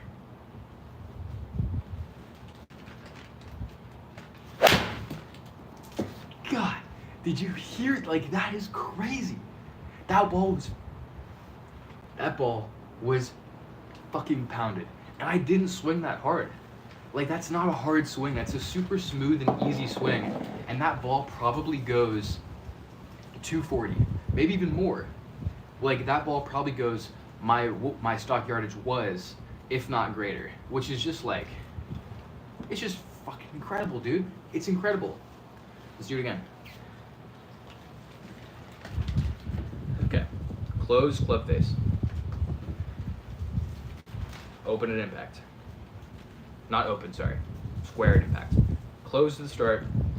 Open at impact.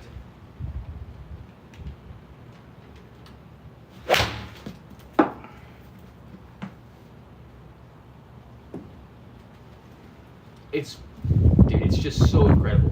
This is groundbreaking stuff, dude. I mean, I could even exaggerate the hell out of it like this. Closed. That ball was launched. That ball was fucking launched. This is crazy, dude. Let me see. Okay, cool. Let me see you hit one, my guy. You'll see me hit some more. We're gonna keep this train rolling, dude. This is insane. This is so crazy, dude. All right. So, once again, open it, or sorry, square at address leaves you open at impact at best. Close at address, and you could even have some shaft lean here too. You don't have to have like your hands level with the center of your body. You could have your hands, you can lean that shit. I'm gonna lean the hell out of that shaft just for demonstration purposes. Look at that. That's crazy.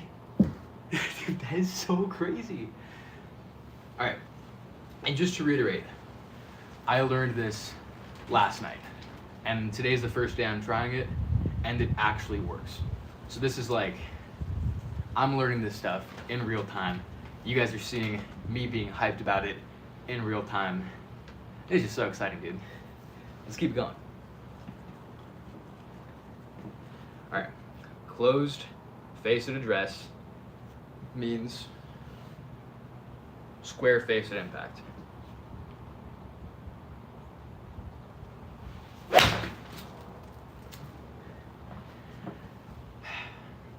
I mean, I was a little low in the face. It would have been probably like maybe a stinger, but it still felt pretty solid.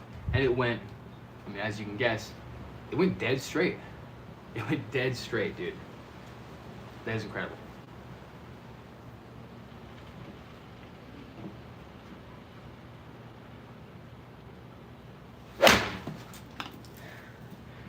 That was a bad swing, I chunked it.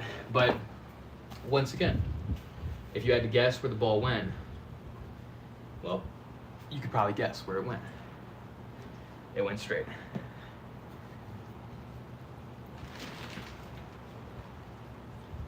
And just like I said, just to like totally be ridiculous about this whole thing, just to demonstrate like what I'm doing here and how much it actually works. I am pointing the club at myself. And that was fucking crushed. This is so crazy, dude. So crazy. It's like I need to like watch like some pro golfers and some of those like YouTube guys that I watch. I need to like look at their swings from the side and see if they're set up like that too, because I feel like everyone is, and I've just been missing this whole thing like this whole time. Alright. Closed face.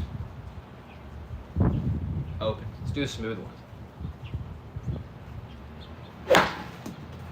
I topped it, but it was still straight. I mean, like I said, this is gonna hit the ball straight every time.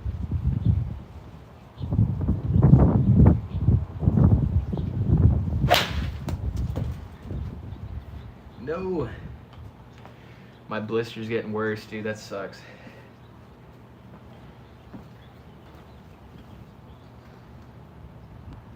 What is dead straight? Do you have a monitor to actually know? So basically, I'm just meaning that it's going within, I would say, a 1 or a 6-inch window on my net. So I don't have a launch monitor. I don't know if it's going dead straight exactly, but I don't have a slice, and I hit the ball with a little draw usually. So, I mean, I guess I don't know for certain, but off the club face, it feels like I pured it, and the ball went straight into the net, and it bounced back straight. So if it had like some crazy, wicked slice spin, when it hits that net, especially the angle that I'm hitting it into the net at, it would come out like way right, because it would like slide across the back of the net. So I know it's not a slice, and yeah. So anyways, the whole thing that I'm getting at though, and this is the main thing, is that even if the ball is not flying purely straight, that's something I can work out on the actual range. But something that I cannot get past, and something that I cannot continue to do, is to start with the club face open, or sorry, square to dress. Because, I mean, it's just the way the swing works. If you start with the club face closed, when you come through to swing, if your right elbow is tucked to your body, the club face is completely square. It's facing dead straight. And so, you know, maybe this is, like I said, maybe the ball is slicing or drawing a little bit, but it's like, that's not really a problem. That's not a club face problem. That's a swing plan problem, and that's something that I could work on. And I have no problem doing that. But for me, the biggest issue I've had my entire time golfing is my club face. I've had a club face problem where I cannot close the club face. And like I said, I mentioned earlier, I was talking about it, where what I used to do is I would set up with I'd set up with a square face, and then when I was in the actual swing, I was trying to roll my wrists over and get to a point where I'm square address and I'm like turning over the ball. But that relies so much on timing that it's like you can never be consistent as you want to be with that kind of swing, because you just have to turn your wrists over perfectly, and you can't turn your wrists over too much, and you can't turn your wrists over too little, and that margin for error is microscopic. But if you're relying on the natural physics of the golf club, and you know that when you swing, I mean, the clubs are set up like this for a reason. Like this club, this 2-iron, if say I set up with a club facing completely straight, it's angled that way because that's the exact amount that the club is going to bend back when you take your full swing. So you set up straight like this. When you take your full swing, the club is going to bend to where that's square. So if you're setting up, like I said, like with an open face at address, if you're not doing something to roll your wrists over during the swing, like you're literally just going to be trying to, you're never going to be square at address or at impact. You're always going to be open at best with your weight in the wrong place. You're going to hit like tons of knuckleballs, and it's just going to be all bad. It's all wrong. And so, like I said, you know, like I'm not a pro. I'm a 25 handicap. But I just figured this out like today, and it is the biggest and most important difference that my golf game has ever seen. I went from puring 30 to 40% of my shots to puring like 80% of my shots today. And the other 10, 15% were like not even that bad shots. So it's like, this is just incredible. And I cannot stop myself from sharing, because it's just so exciting. And it's just so cool that it's working out. Like something is finally working out. So let's do it one more time. Closed face at address, square face at impact. Closed face.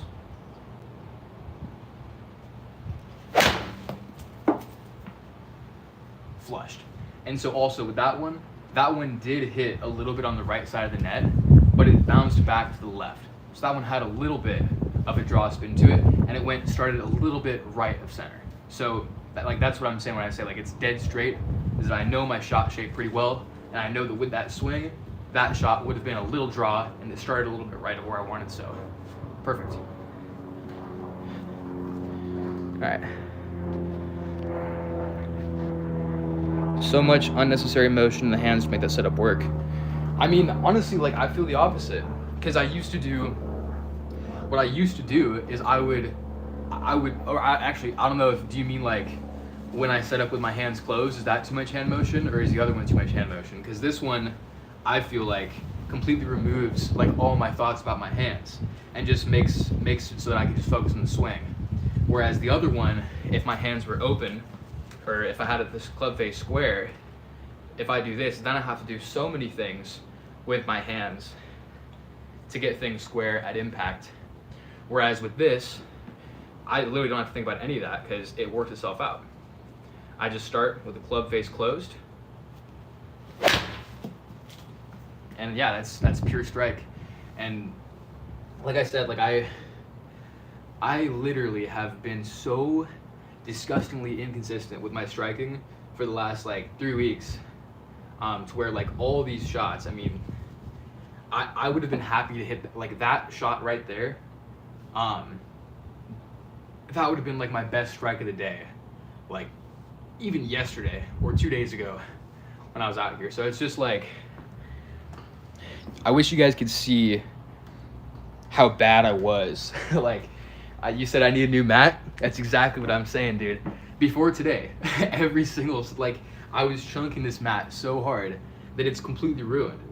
There's only one spot it's not ruined in, and that's the spot that I've been hitting it in today. So, yeah, but I do need a new mat. I'm gonna get a big one soon. I just haven't really had like, they're all kind of a rip-off. They're like, it's like a big piece of turf. It's like $200, and it's like, dude, like I don't, like that's way too much. I could just get a rug.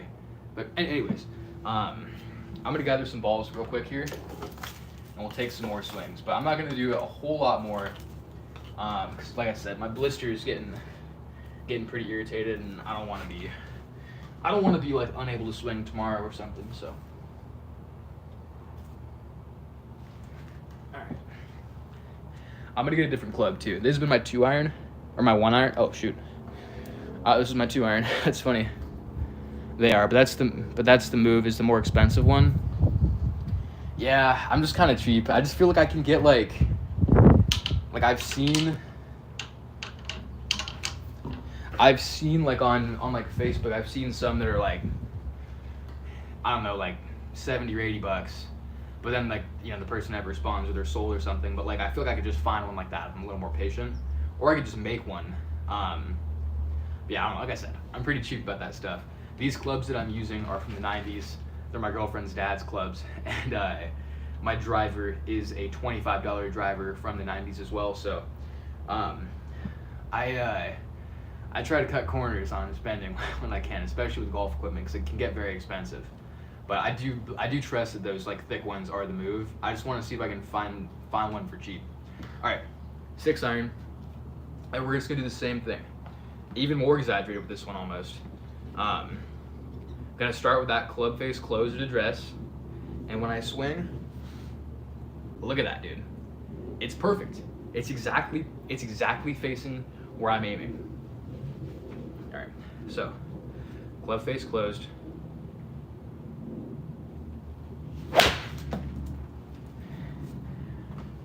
Pure. I kind of want to turn this back over here, so you guys can kind of like see the flight of the ball.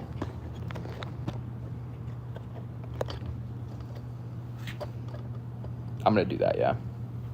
All right. So yeah, basically from back there, I don't know if you can tell as much as you can from the side, but that closed club face, I think you can, because you can see this is like, it is facing like that way. It's not facing straight back at all. And if it were facing that way, if it were facing right back to you, I would have to stay on plane the entire time. And it would just be so much harder to do that than if I just close that face. Oh no. Take my normal swing. That's funny. I actually, I did pure the shot that I hit, but I topped one of these in the back here on the swing. So I gotta be careful about that. That's honestly kind of fascinating though. That like you can come in at an angle so close to ground and you don't. All right. Anyways, yeah. So closed face, ball goes straight. Yeah. So you can see that from back there. The ball, it's shooting straight into the net. It's coming straight back down. Yeah.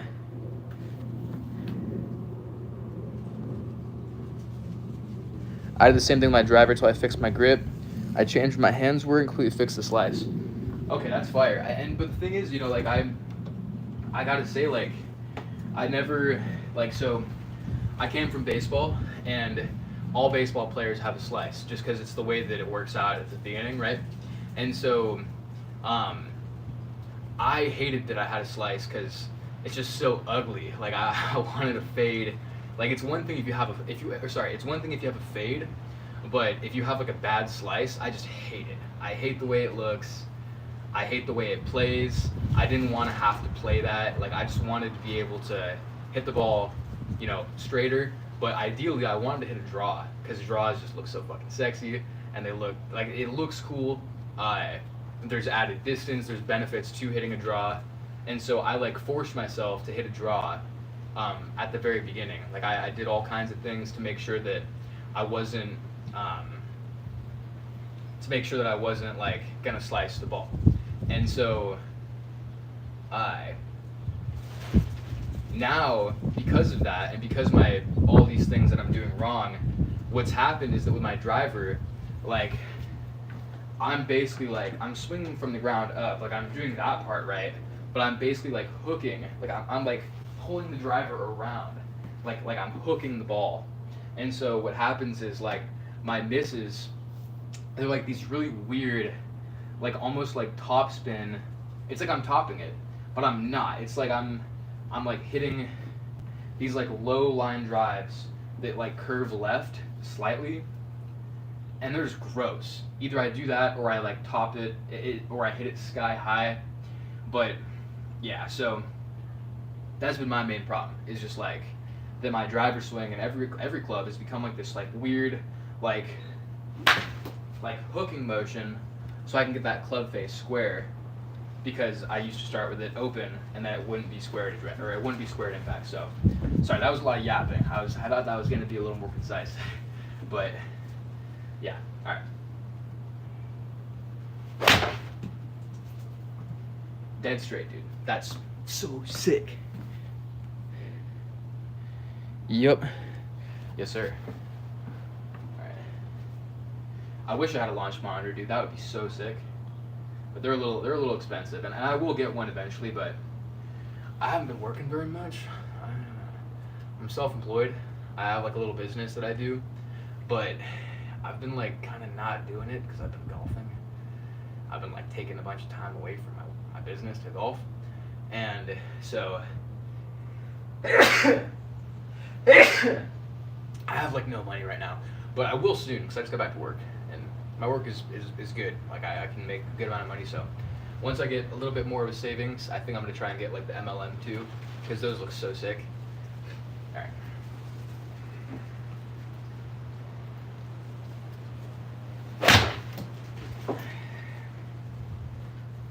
Incredible.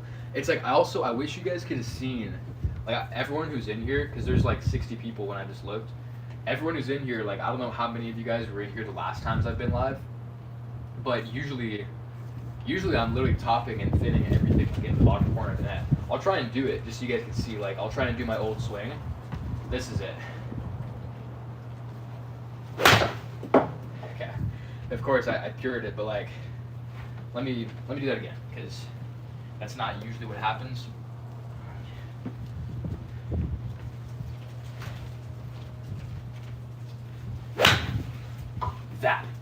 That exactly. Okay, I'm glad that happened so fast, and I didn't like make a fool of myself. But yeah, that would happen on so many of my swings especially back here, and it was just so infuriating. And I'm like, dude, my club head, like, it's like unless I'm hitting the hosel or like the actual end of the club every single time, like I don't get how that's happening. And so that's what started me, like that's what got me thinking about, like, okay, so what's the club actually doing in the swing? And that's when I kind of stumbled upon, like, okay, well, if you start here, the club's gonna be bent back to an open face at impact. So if you don't hit it perfect, your club face is open. Like your club face is literally open. And so close at impact or close at address, dead straight at impact. Every time, dude. It's amazing.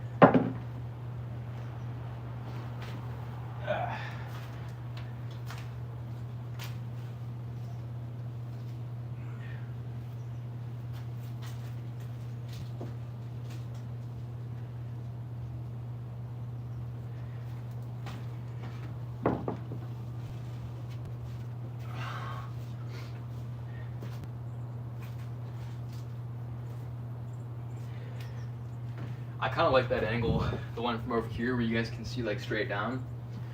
Let me know if you guys want me to go back to that angle, because I will. I think I'm going to do that, because I like that angle a lot.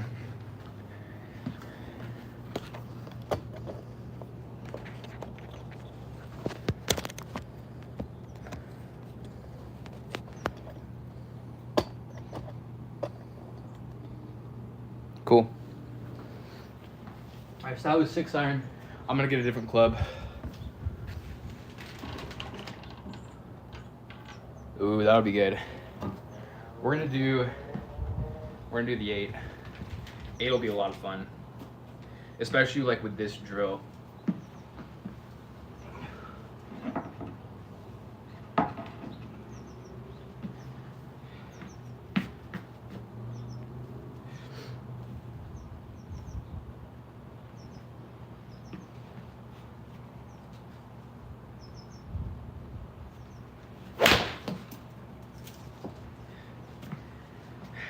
Amazing, dude.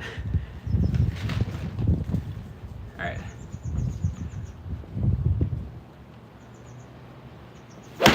No. No, dude, no. No. I chunked it so bad. Oh, man. It had been a while since I chunked one. It's unfortunate. That's why this mat looks like this.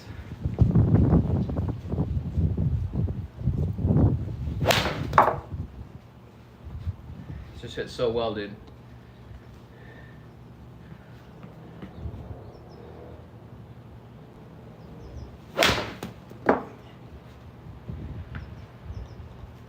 Alright, I'm gonna try and swing out of my shoes here on this one and see what happens. Like a super hard swing. Not like, yeah, like really hard. Oh. That was stupid. I got way too ahead of myself, and I just gave myself blisters all over the place. I slipped and I thinned it, so yeah, rough. Or I topped it. I forget, thinning it's when, you know, you hit it and it still gets up in the air. When you top it, that's when it doesn't. So thinned it, or topped it, not thinned it. It's just killing my fingers, dude. I'm at almost 400 swings today, so this is really starting to kill me, but we're making so much progress that I don't want to stop.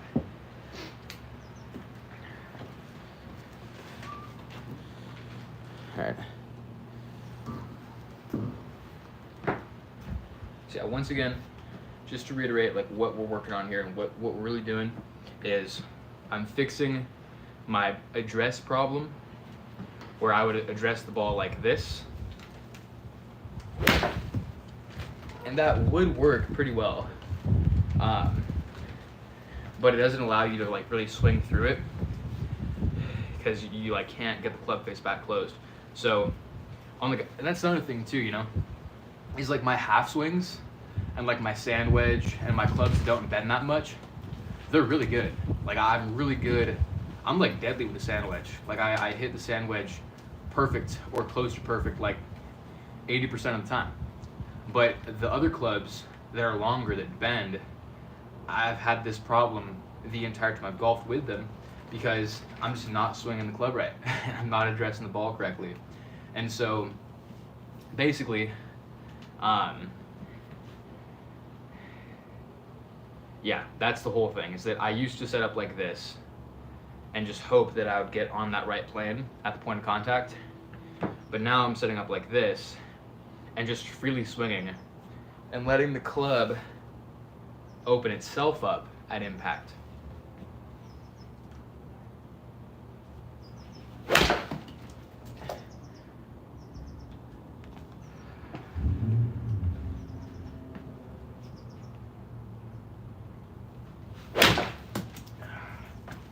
Dude, fuck.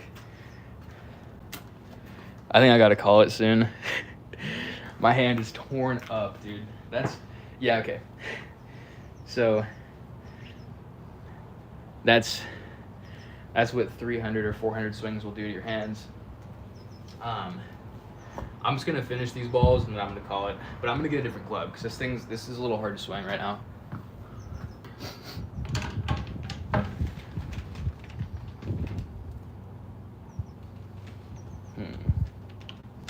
I'm gonna do a 5-iron.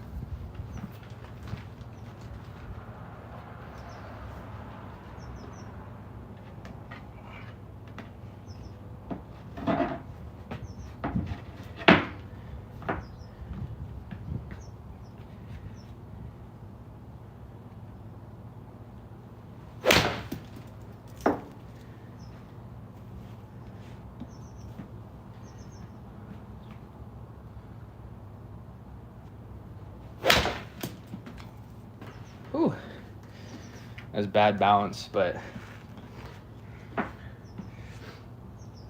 just amazing, dude. So glad I figured this out. Ooh. All right, we're getting a little sloppy. That was like two thin shots in a row. I gotta clean it up to finish strong here. Oh no. Oh no. Oh no, that was bad. All right. 2 to finish. Smooth, then fast.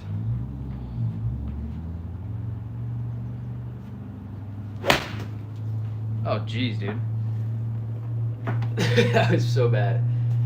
All right, we're gonna finish on a hard one. Let's think about setting this 230.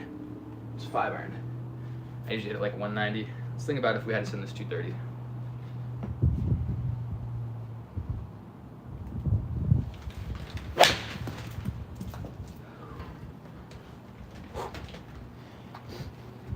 Okay, cool. And with that, we are done golfing.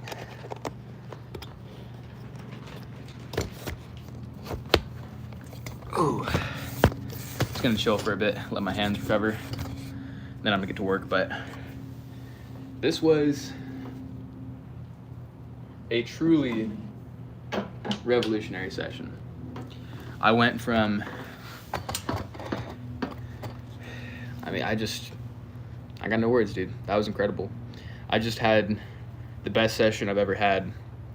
And I feel like for the first time ever, like the things that I learned are actually going to be like applicable on a consistent basis. A lot of times when I have a good session and I learn some things, it's like I'm not really, like I feel like I just got lucky that day. Like for whatever reason that day, like maybe my muscles were just loose in all the right ways and I was able to hit the ball well. But you know, then the next day I go out and I try to do the same things. Maybe they don't work as well. Maybe I'm just like, you know, not doing very well. And so then I think, okay, well, perhaps what I learned the last time that I learned something and figured things out was just totally wrong. But this is like the first time ever that I've like actually had a consistent session where like I really feel like what I just learned is gonna be everything. So I'm super stoked. This has been an epic live. I've been live for over 2 hours now. There's been like an average of like 40 or 50 people the whole time. So that's just awesome, dude. I really appreciate that, you guys. I'm, like I said, like I'm self-employed. I've got like a little business that I do, and that's like how I make my money, and that's how I'm able to pay my bills and live and afford to do all this stuff. But at the same time, dude, like, I would love nothing more than for this whole golf thing to become what I do, and that would just be the coolest thing in the world. So it's been super fun. It's been cool seeing some traction, and I really appreciate it. So thank you guys, and I hope that you're enjoying watching this stuff, because you know, like I always talk about this with my friends and like with other people. I feel like the reason, like, when I watch YouTube golf, there are two types of people. There are people like Bob Does Sports, where he's actually pretty good. Like, they're all pretty good golfers, but it's like the focus is not, it's like they're not out there to take things seriously, which there's absolutely nothing wrong with that. Like, golf is fun. Like, and they go out there and they have fun with the boys, and that's what it's about for them. For me, that sometimes is what it's about. But with this whole thing here, like, I'm trying to do, basically, I feel like there's nobody that I've seen. There's nobody that I've seen who sucks that wants to become a scratch golfer or wants to become just a really good golfer. There's nothing that I've seen that's like that, where it's like someone starting out from nothing and then they've got a goal to become scratch. Actually, you know what? There is a guy that I've seen. His name is Jerome Ruffin, and his whole goal is from scratch to scratch. So like scratch, never swung club, to being a scratch golfer. That's his channel, and actually that's very entertaining. I've enjoyed watching that when I've seen it.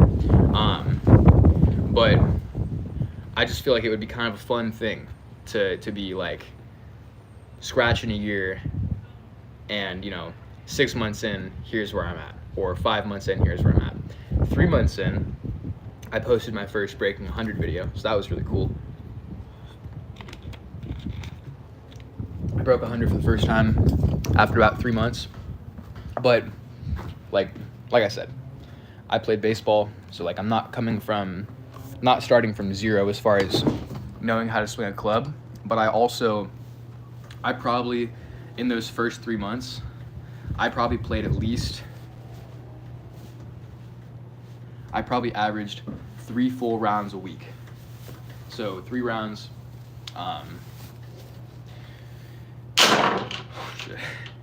3 rounds for 3 months. I mean, you're looking at like almost 40 rounds. And I also got a bunch of like 9s in, and I was at the driving range like almost like every other day. And so for the first 3 months, I was on the grind big time, and I did break 100. I broke 100 after 3 months. I shot at 93. I had a very easy course, so it's not like anything crazy. But then I shot at 95 at like a way harder course later that week. And ever since then, I've kind of been stuck. And so, yeah, right now I'm coming up on 5 months, and for the last, like, I would say 2 straight months, my game has not improved at all until literally today. This is, like I said, this is the first time that I feel like truly confident about something that I've learned, and I'm just so excited to see where it goes, because this is sick, dude. Yeah.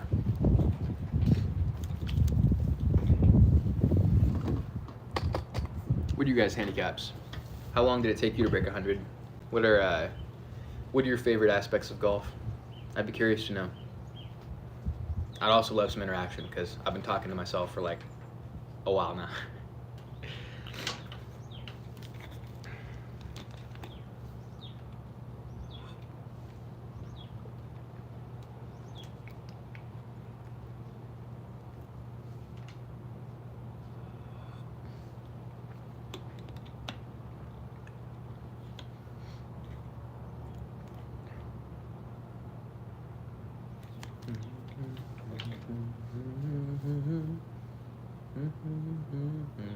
Dude, eBay is so funny, man. So, like, I shop for golf stuff on eBay, and what happens is when you're on eBay, if you spend too much time on eBay and you've looked at too many items, it'll start sending you notifications of like, this item you looked at is 20% off or whatever. And so, what's been happening for like the last like 5-6 weeks nonstop is I'll get these notifications every day that are like 70% off this club that you looked at, and like 80% off this Scotty Cameron, and like all these deals, and I just get bombarded with them all the time, and it's like it's almost like preying on me. I don't like it. Predatory eBay. But yeah.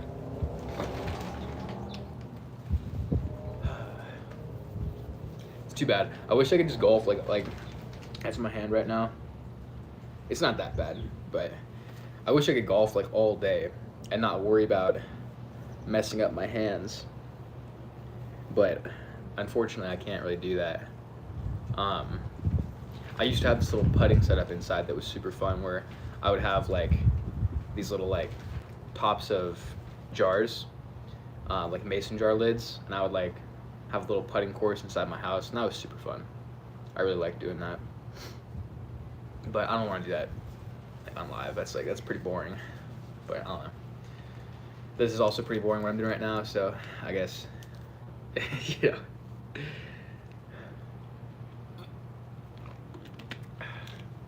Yeah, if you're in this live and you're liking what you're seeing, make sure you dislike and unsubscribe, because this is as good as it gets, and I'm sorry. Before you waste any of your time watching my stuff, you should just get out of here. Just go. Sorry. Did I miss? I think I missed a bunch of these chats. Oh, no, I didn't. Yeah, it's so weird with YouTube. Like, I think it's because people are like scrolling through. Like, because when I watch shorts, people's lives will pop up, and I'll watch for a little bit, but like, I won't actually click on it and like go to actually watch it. I'll just be like in the interface, like through shorts, and I'll just be watching it. And then I'll scroll eventually, or I'll go to a different live or whatever. But, so, like right now, it says we have like 50 viewers, but no one's been talking for like this whole time. And I suspect that it's like, yeah, probably the same thing, where people are like scrolling through and the short pops up, and they're just like, or the live pops up in shorts, and like, oh, okay. And then just kind of go on through. But hey man, if you're watching and you're like actually in the live, tell me something about yourself, or ask me a question or something. And I'll give you all the spiel, but I don't want to just keep yapping about bullshit. So, you know, give me something to talk about that you're interested in hearing.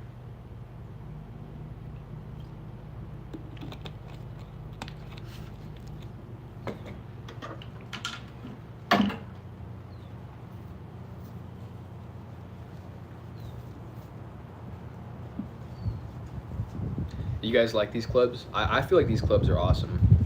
Like the driving irons. I have two. I have a 1 and a 2 iron, and I feel like they're kind of the same club, but like the 2 iron can get way up in the air, the 1 iron will not. But holy crap, dude. But yeah, these are some of the most fun clubs that there are. I feel like I don't know, I feel like it's a thing of the past, like having a driving iron, but it's just so much fun. Like, I feel like irons are the most exciting part of golf, you know, because like if you hit a bomb drive, that's fun, but you could hit a, like, I've hit bomb drives and then I've quadded the hole many times. Like, it's really easy to hit a really good drive and then just like hit your next iron shot out of bounds, and then maybe chunk a couple irons, and then duff, and then, you know, 3-putt, and before you know it, like, you've triple bogeyed or worse. And so, like, driving is cool, and a good drive helps you out for sure, but it's like, to me, it's not as exciting, because once you hit it, it's not like, oh, thank God. Like, you can't relax yet, because you have to go and hit your approach shot, and you have to do that well too. And arguably, it's almost even more pressure if you hit your approach shot, or if you hit your driver well, because then you know you have something to lose on your approach shot. Whereas if you hit a shitty driver and it goes out of bounds or it goes like off, you know, like into the rough and it's in a bad spot, like if you hit a good shot that lands in the green, that's amazing. Like you did more than you were expected. But if say that you're in the middle of the fairway and you've got 125 yards to the pin and you shank one, well then you've just totally blown. You've made two mistakes now. You've not only hit a bad shot that like, you know, put you into a bad position where you're probably gonna make bogey, double bogey, or worse, but you've also completely negated all the work it took to get to that point by hitting a really good drive. And so it's like, I almost don't like hitting a good drive, because then you know that you can screw it up basically. And so for me, with that being said, I feel like irons are like the most exciting part of golf, because if you hit a really good iron shot, chances are that means that you're on the green, or you've saved yourself from hazard and gotten into a really good spot.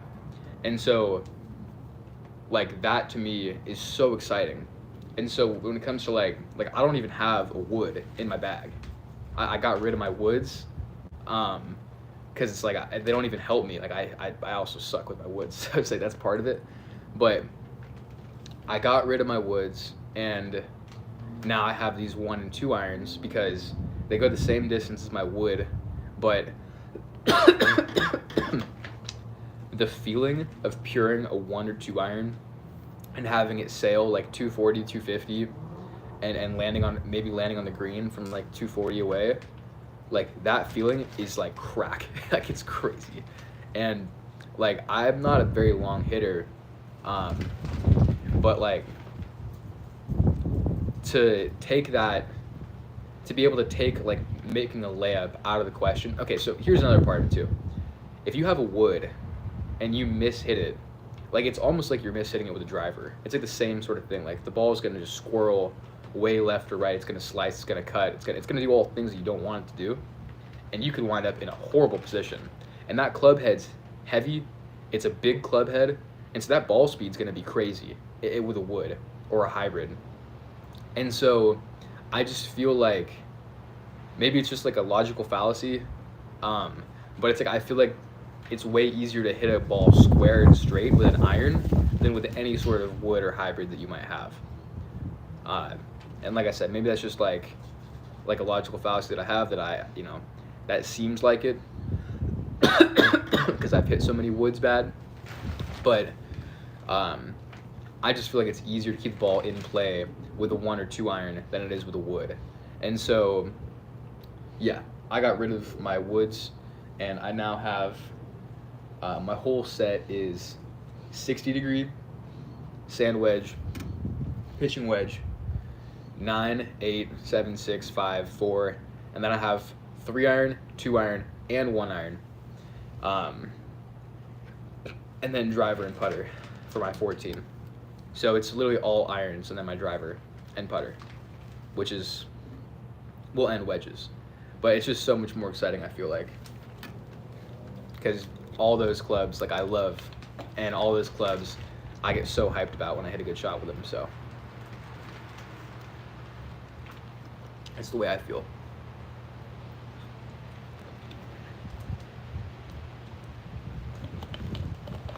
Man, I want to get started with work, but this live is just popping. So it's like I don't want to end it. Like things are going really good in this live. So I don't want to end this live, and like, you know. But I think it's time that I should get going, because I got to get to work, and this has been fun. I don't want to overstay my welcome, so I'll get out of your guys' feed and I'll get on with my day. And I hope that you guys have a great day yourselves. And I hope that you enjoyed watching me golf, dude, because today was the most exciting golfing session I've ever had by 10 times. So thanks, guys, and peace.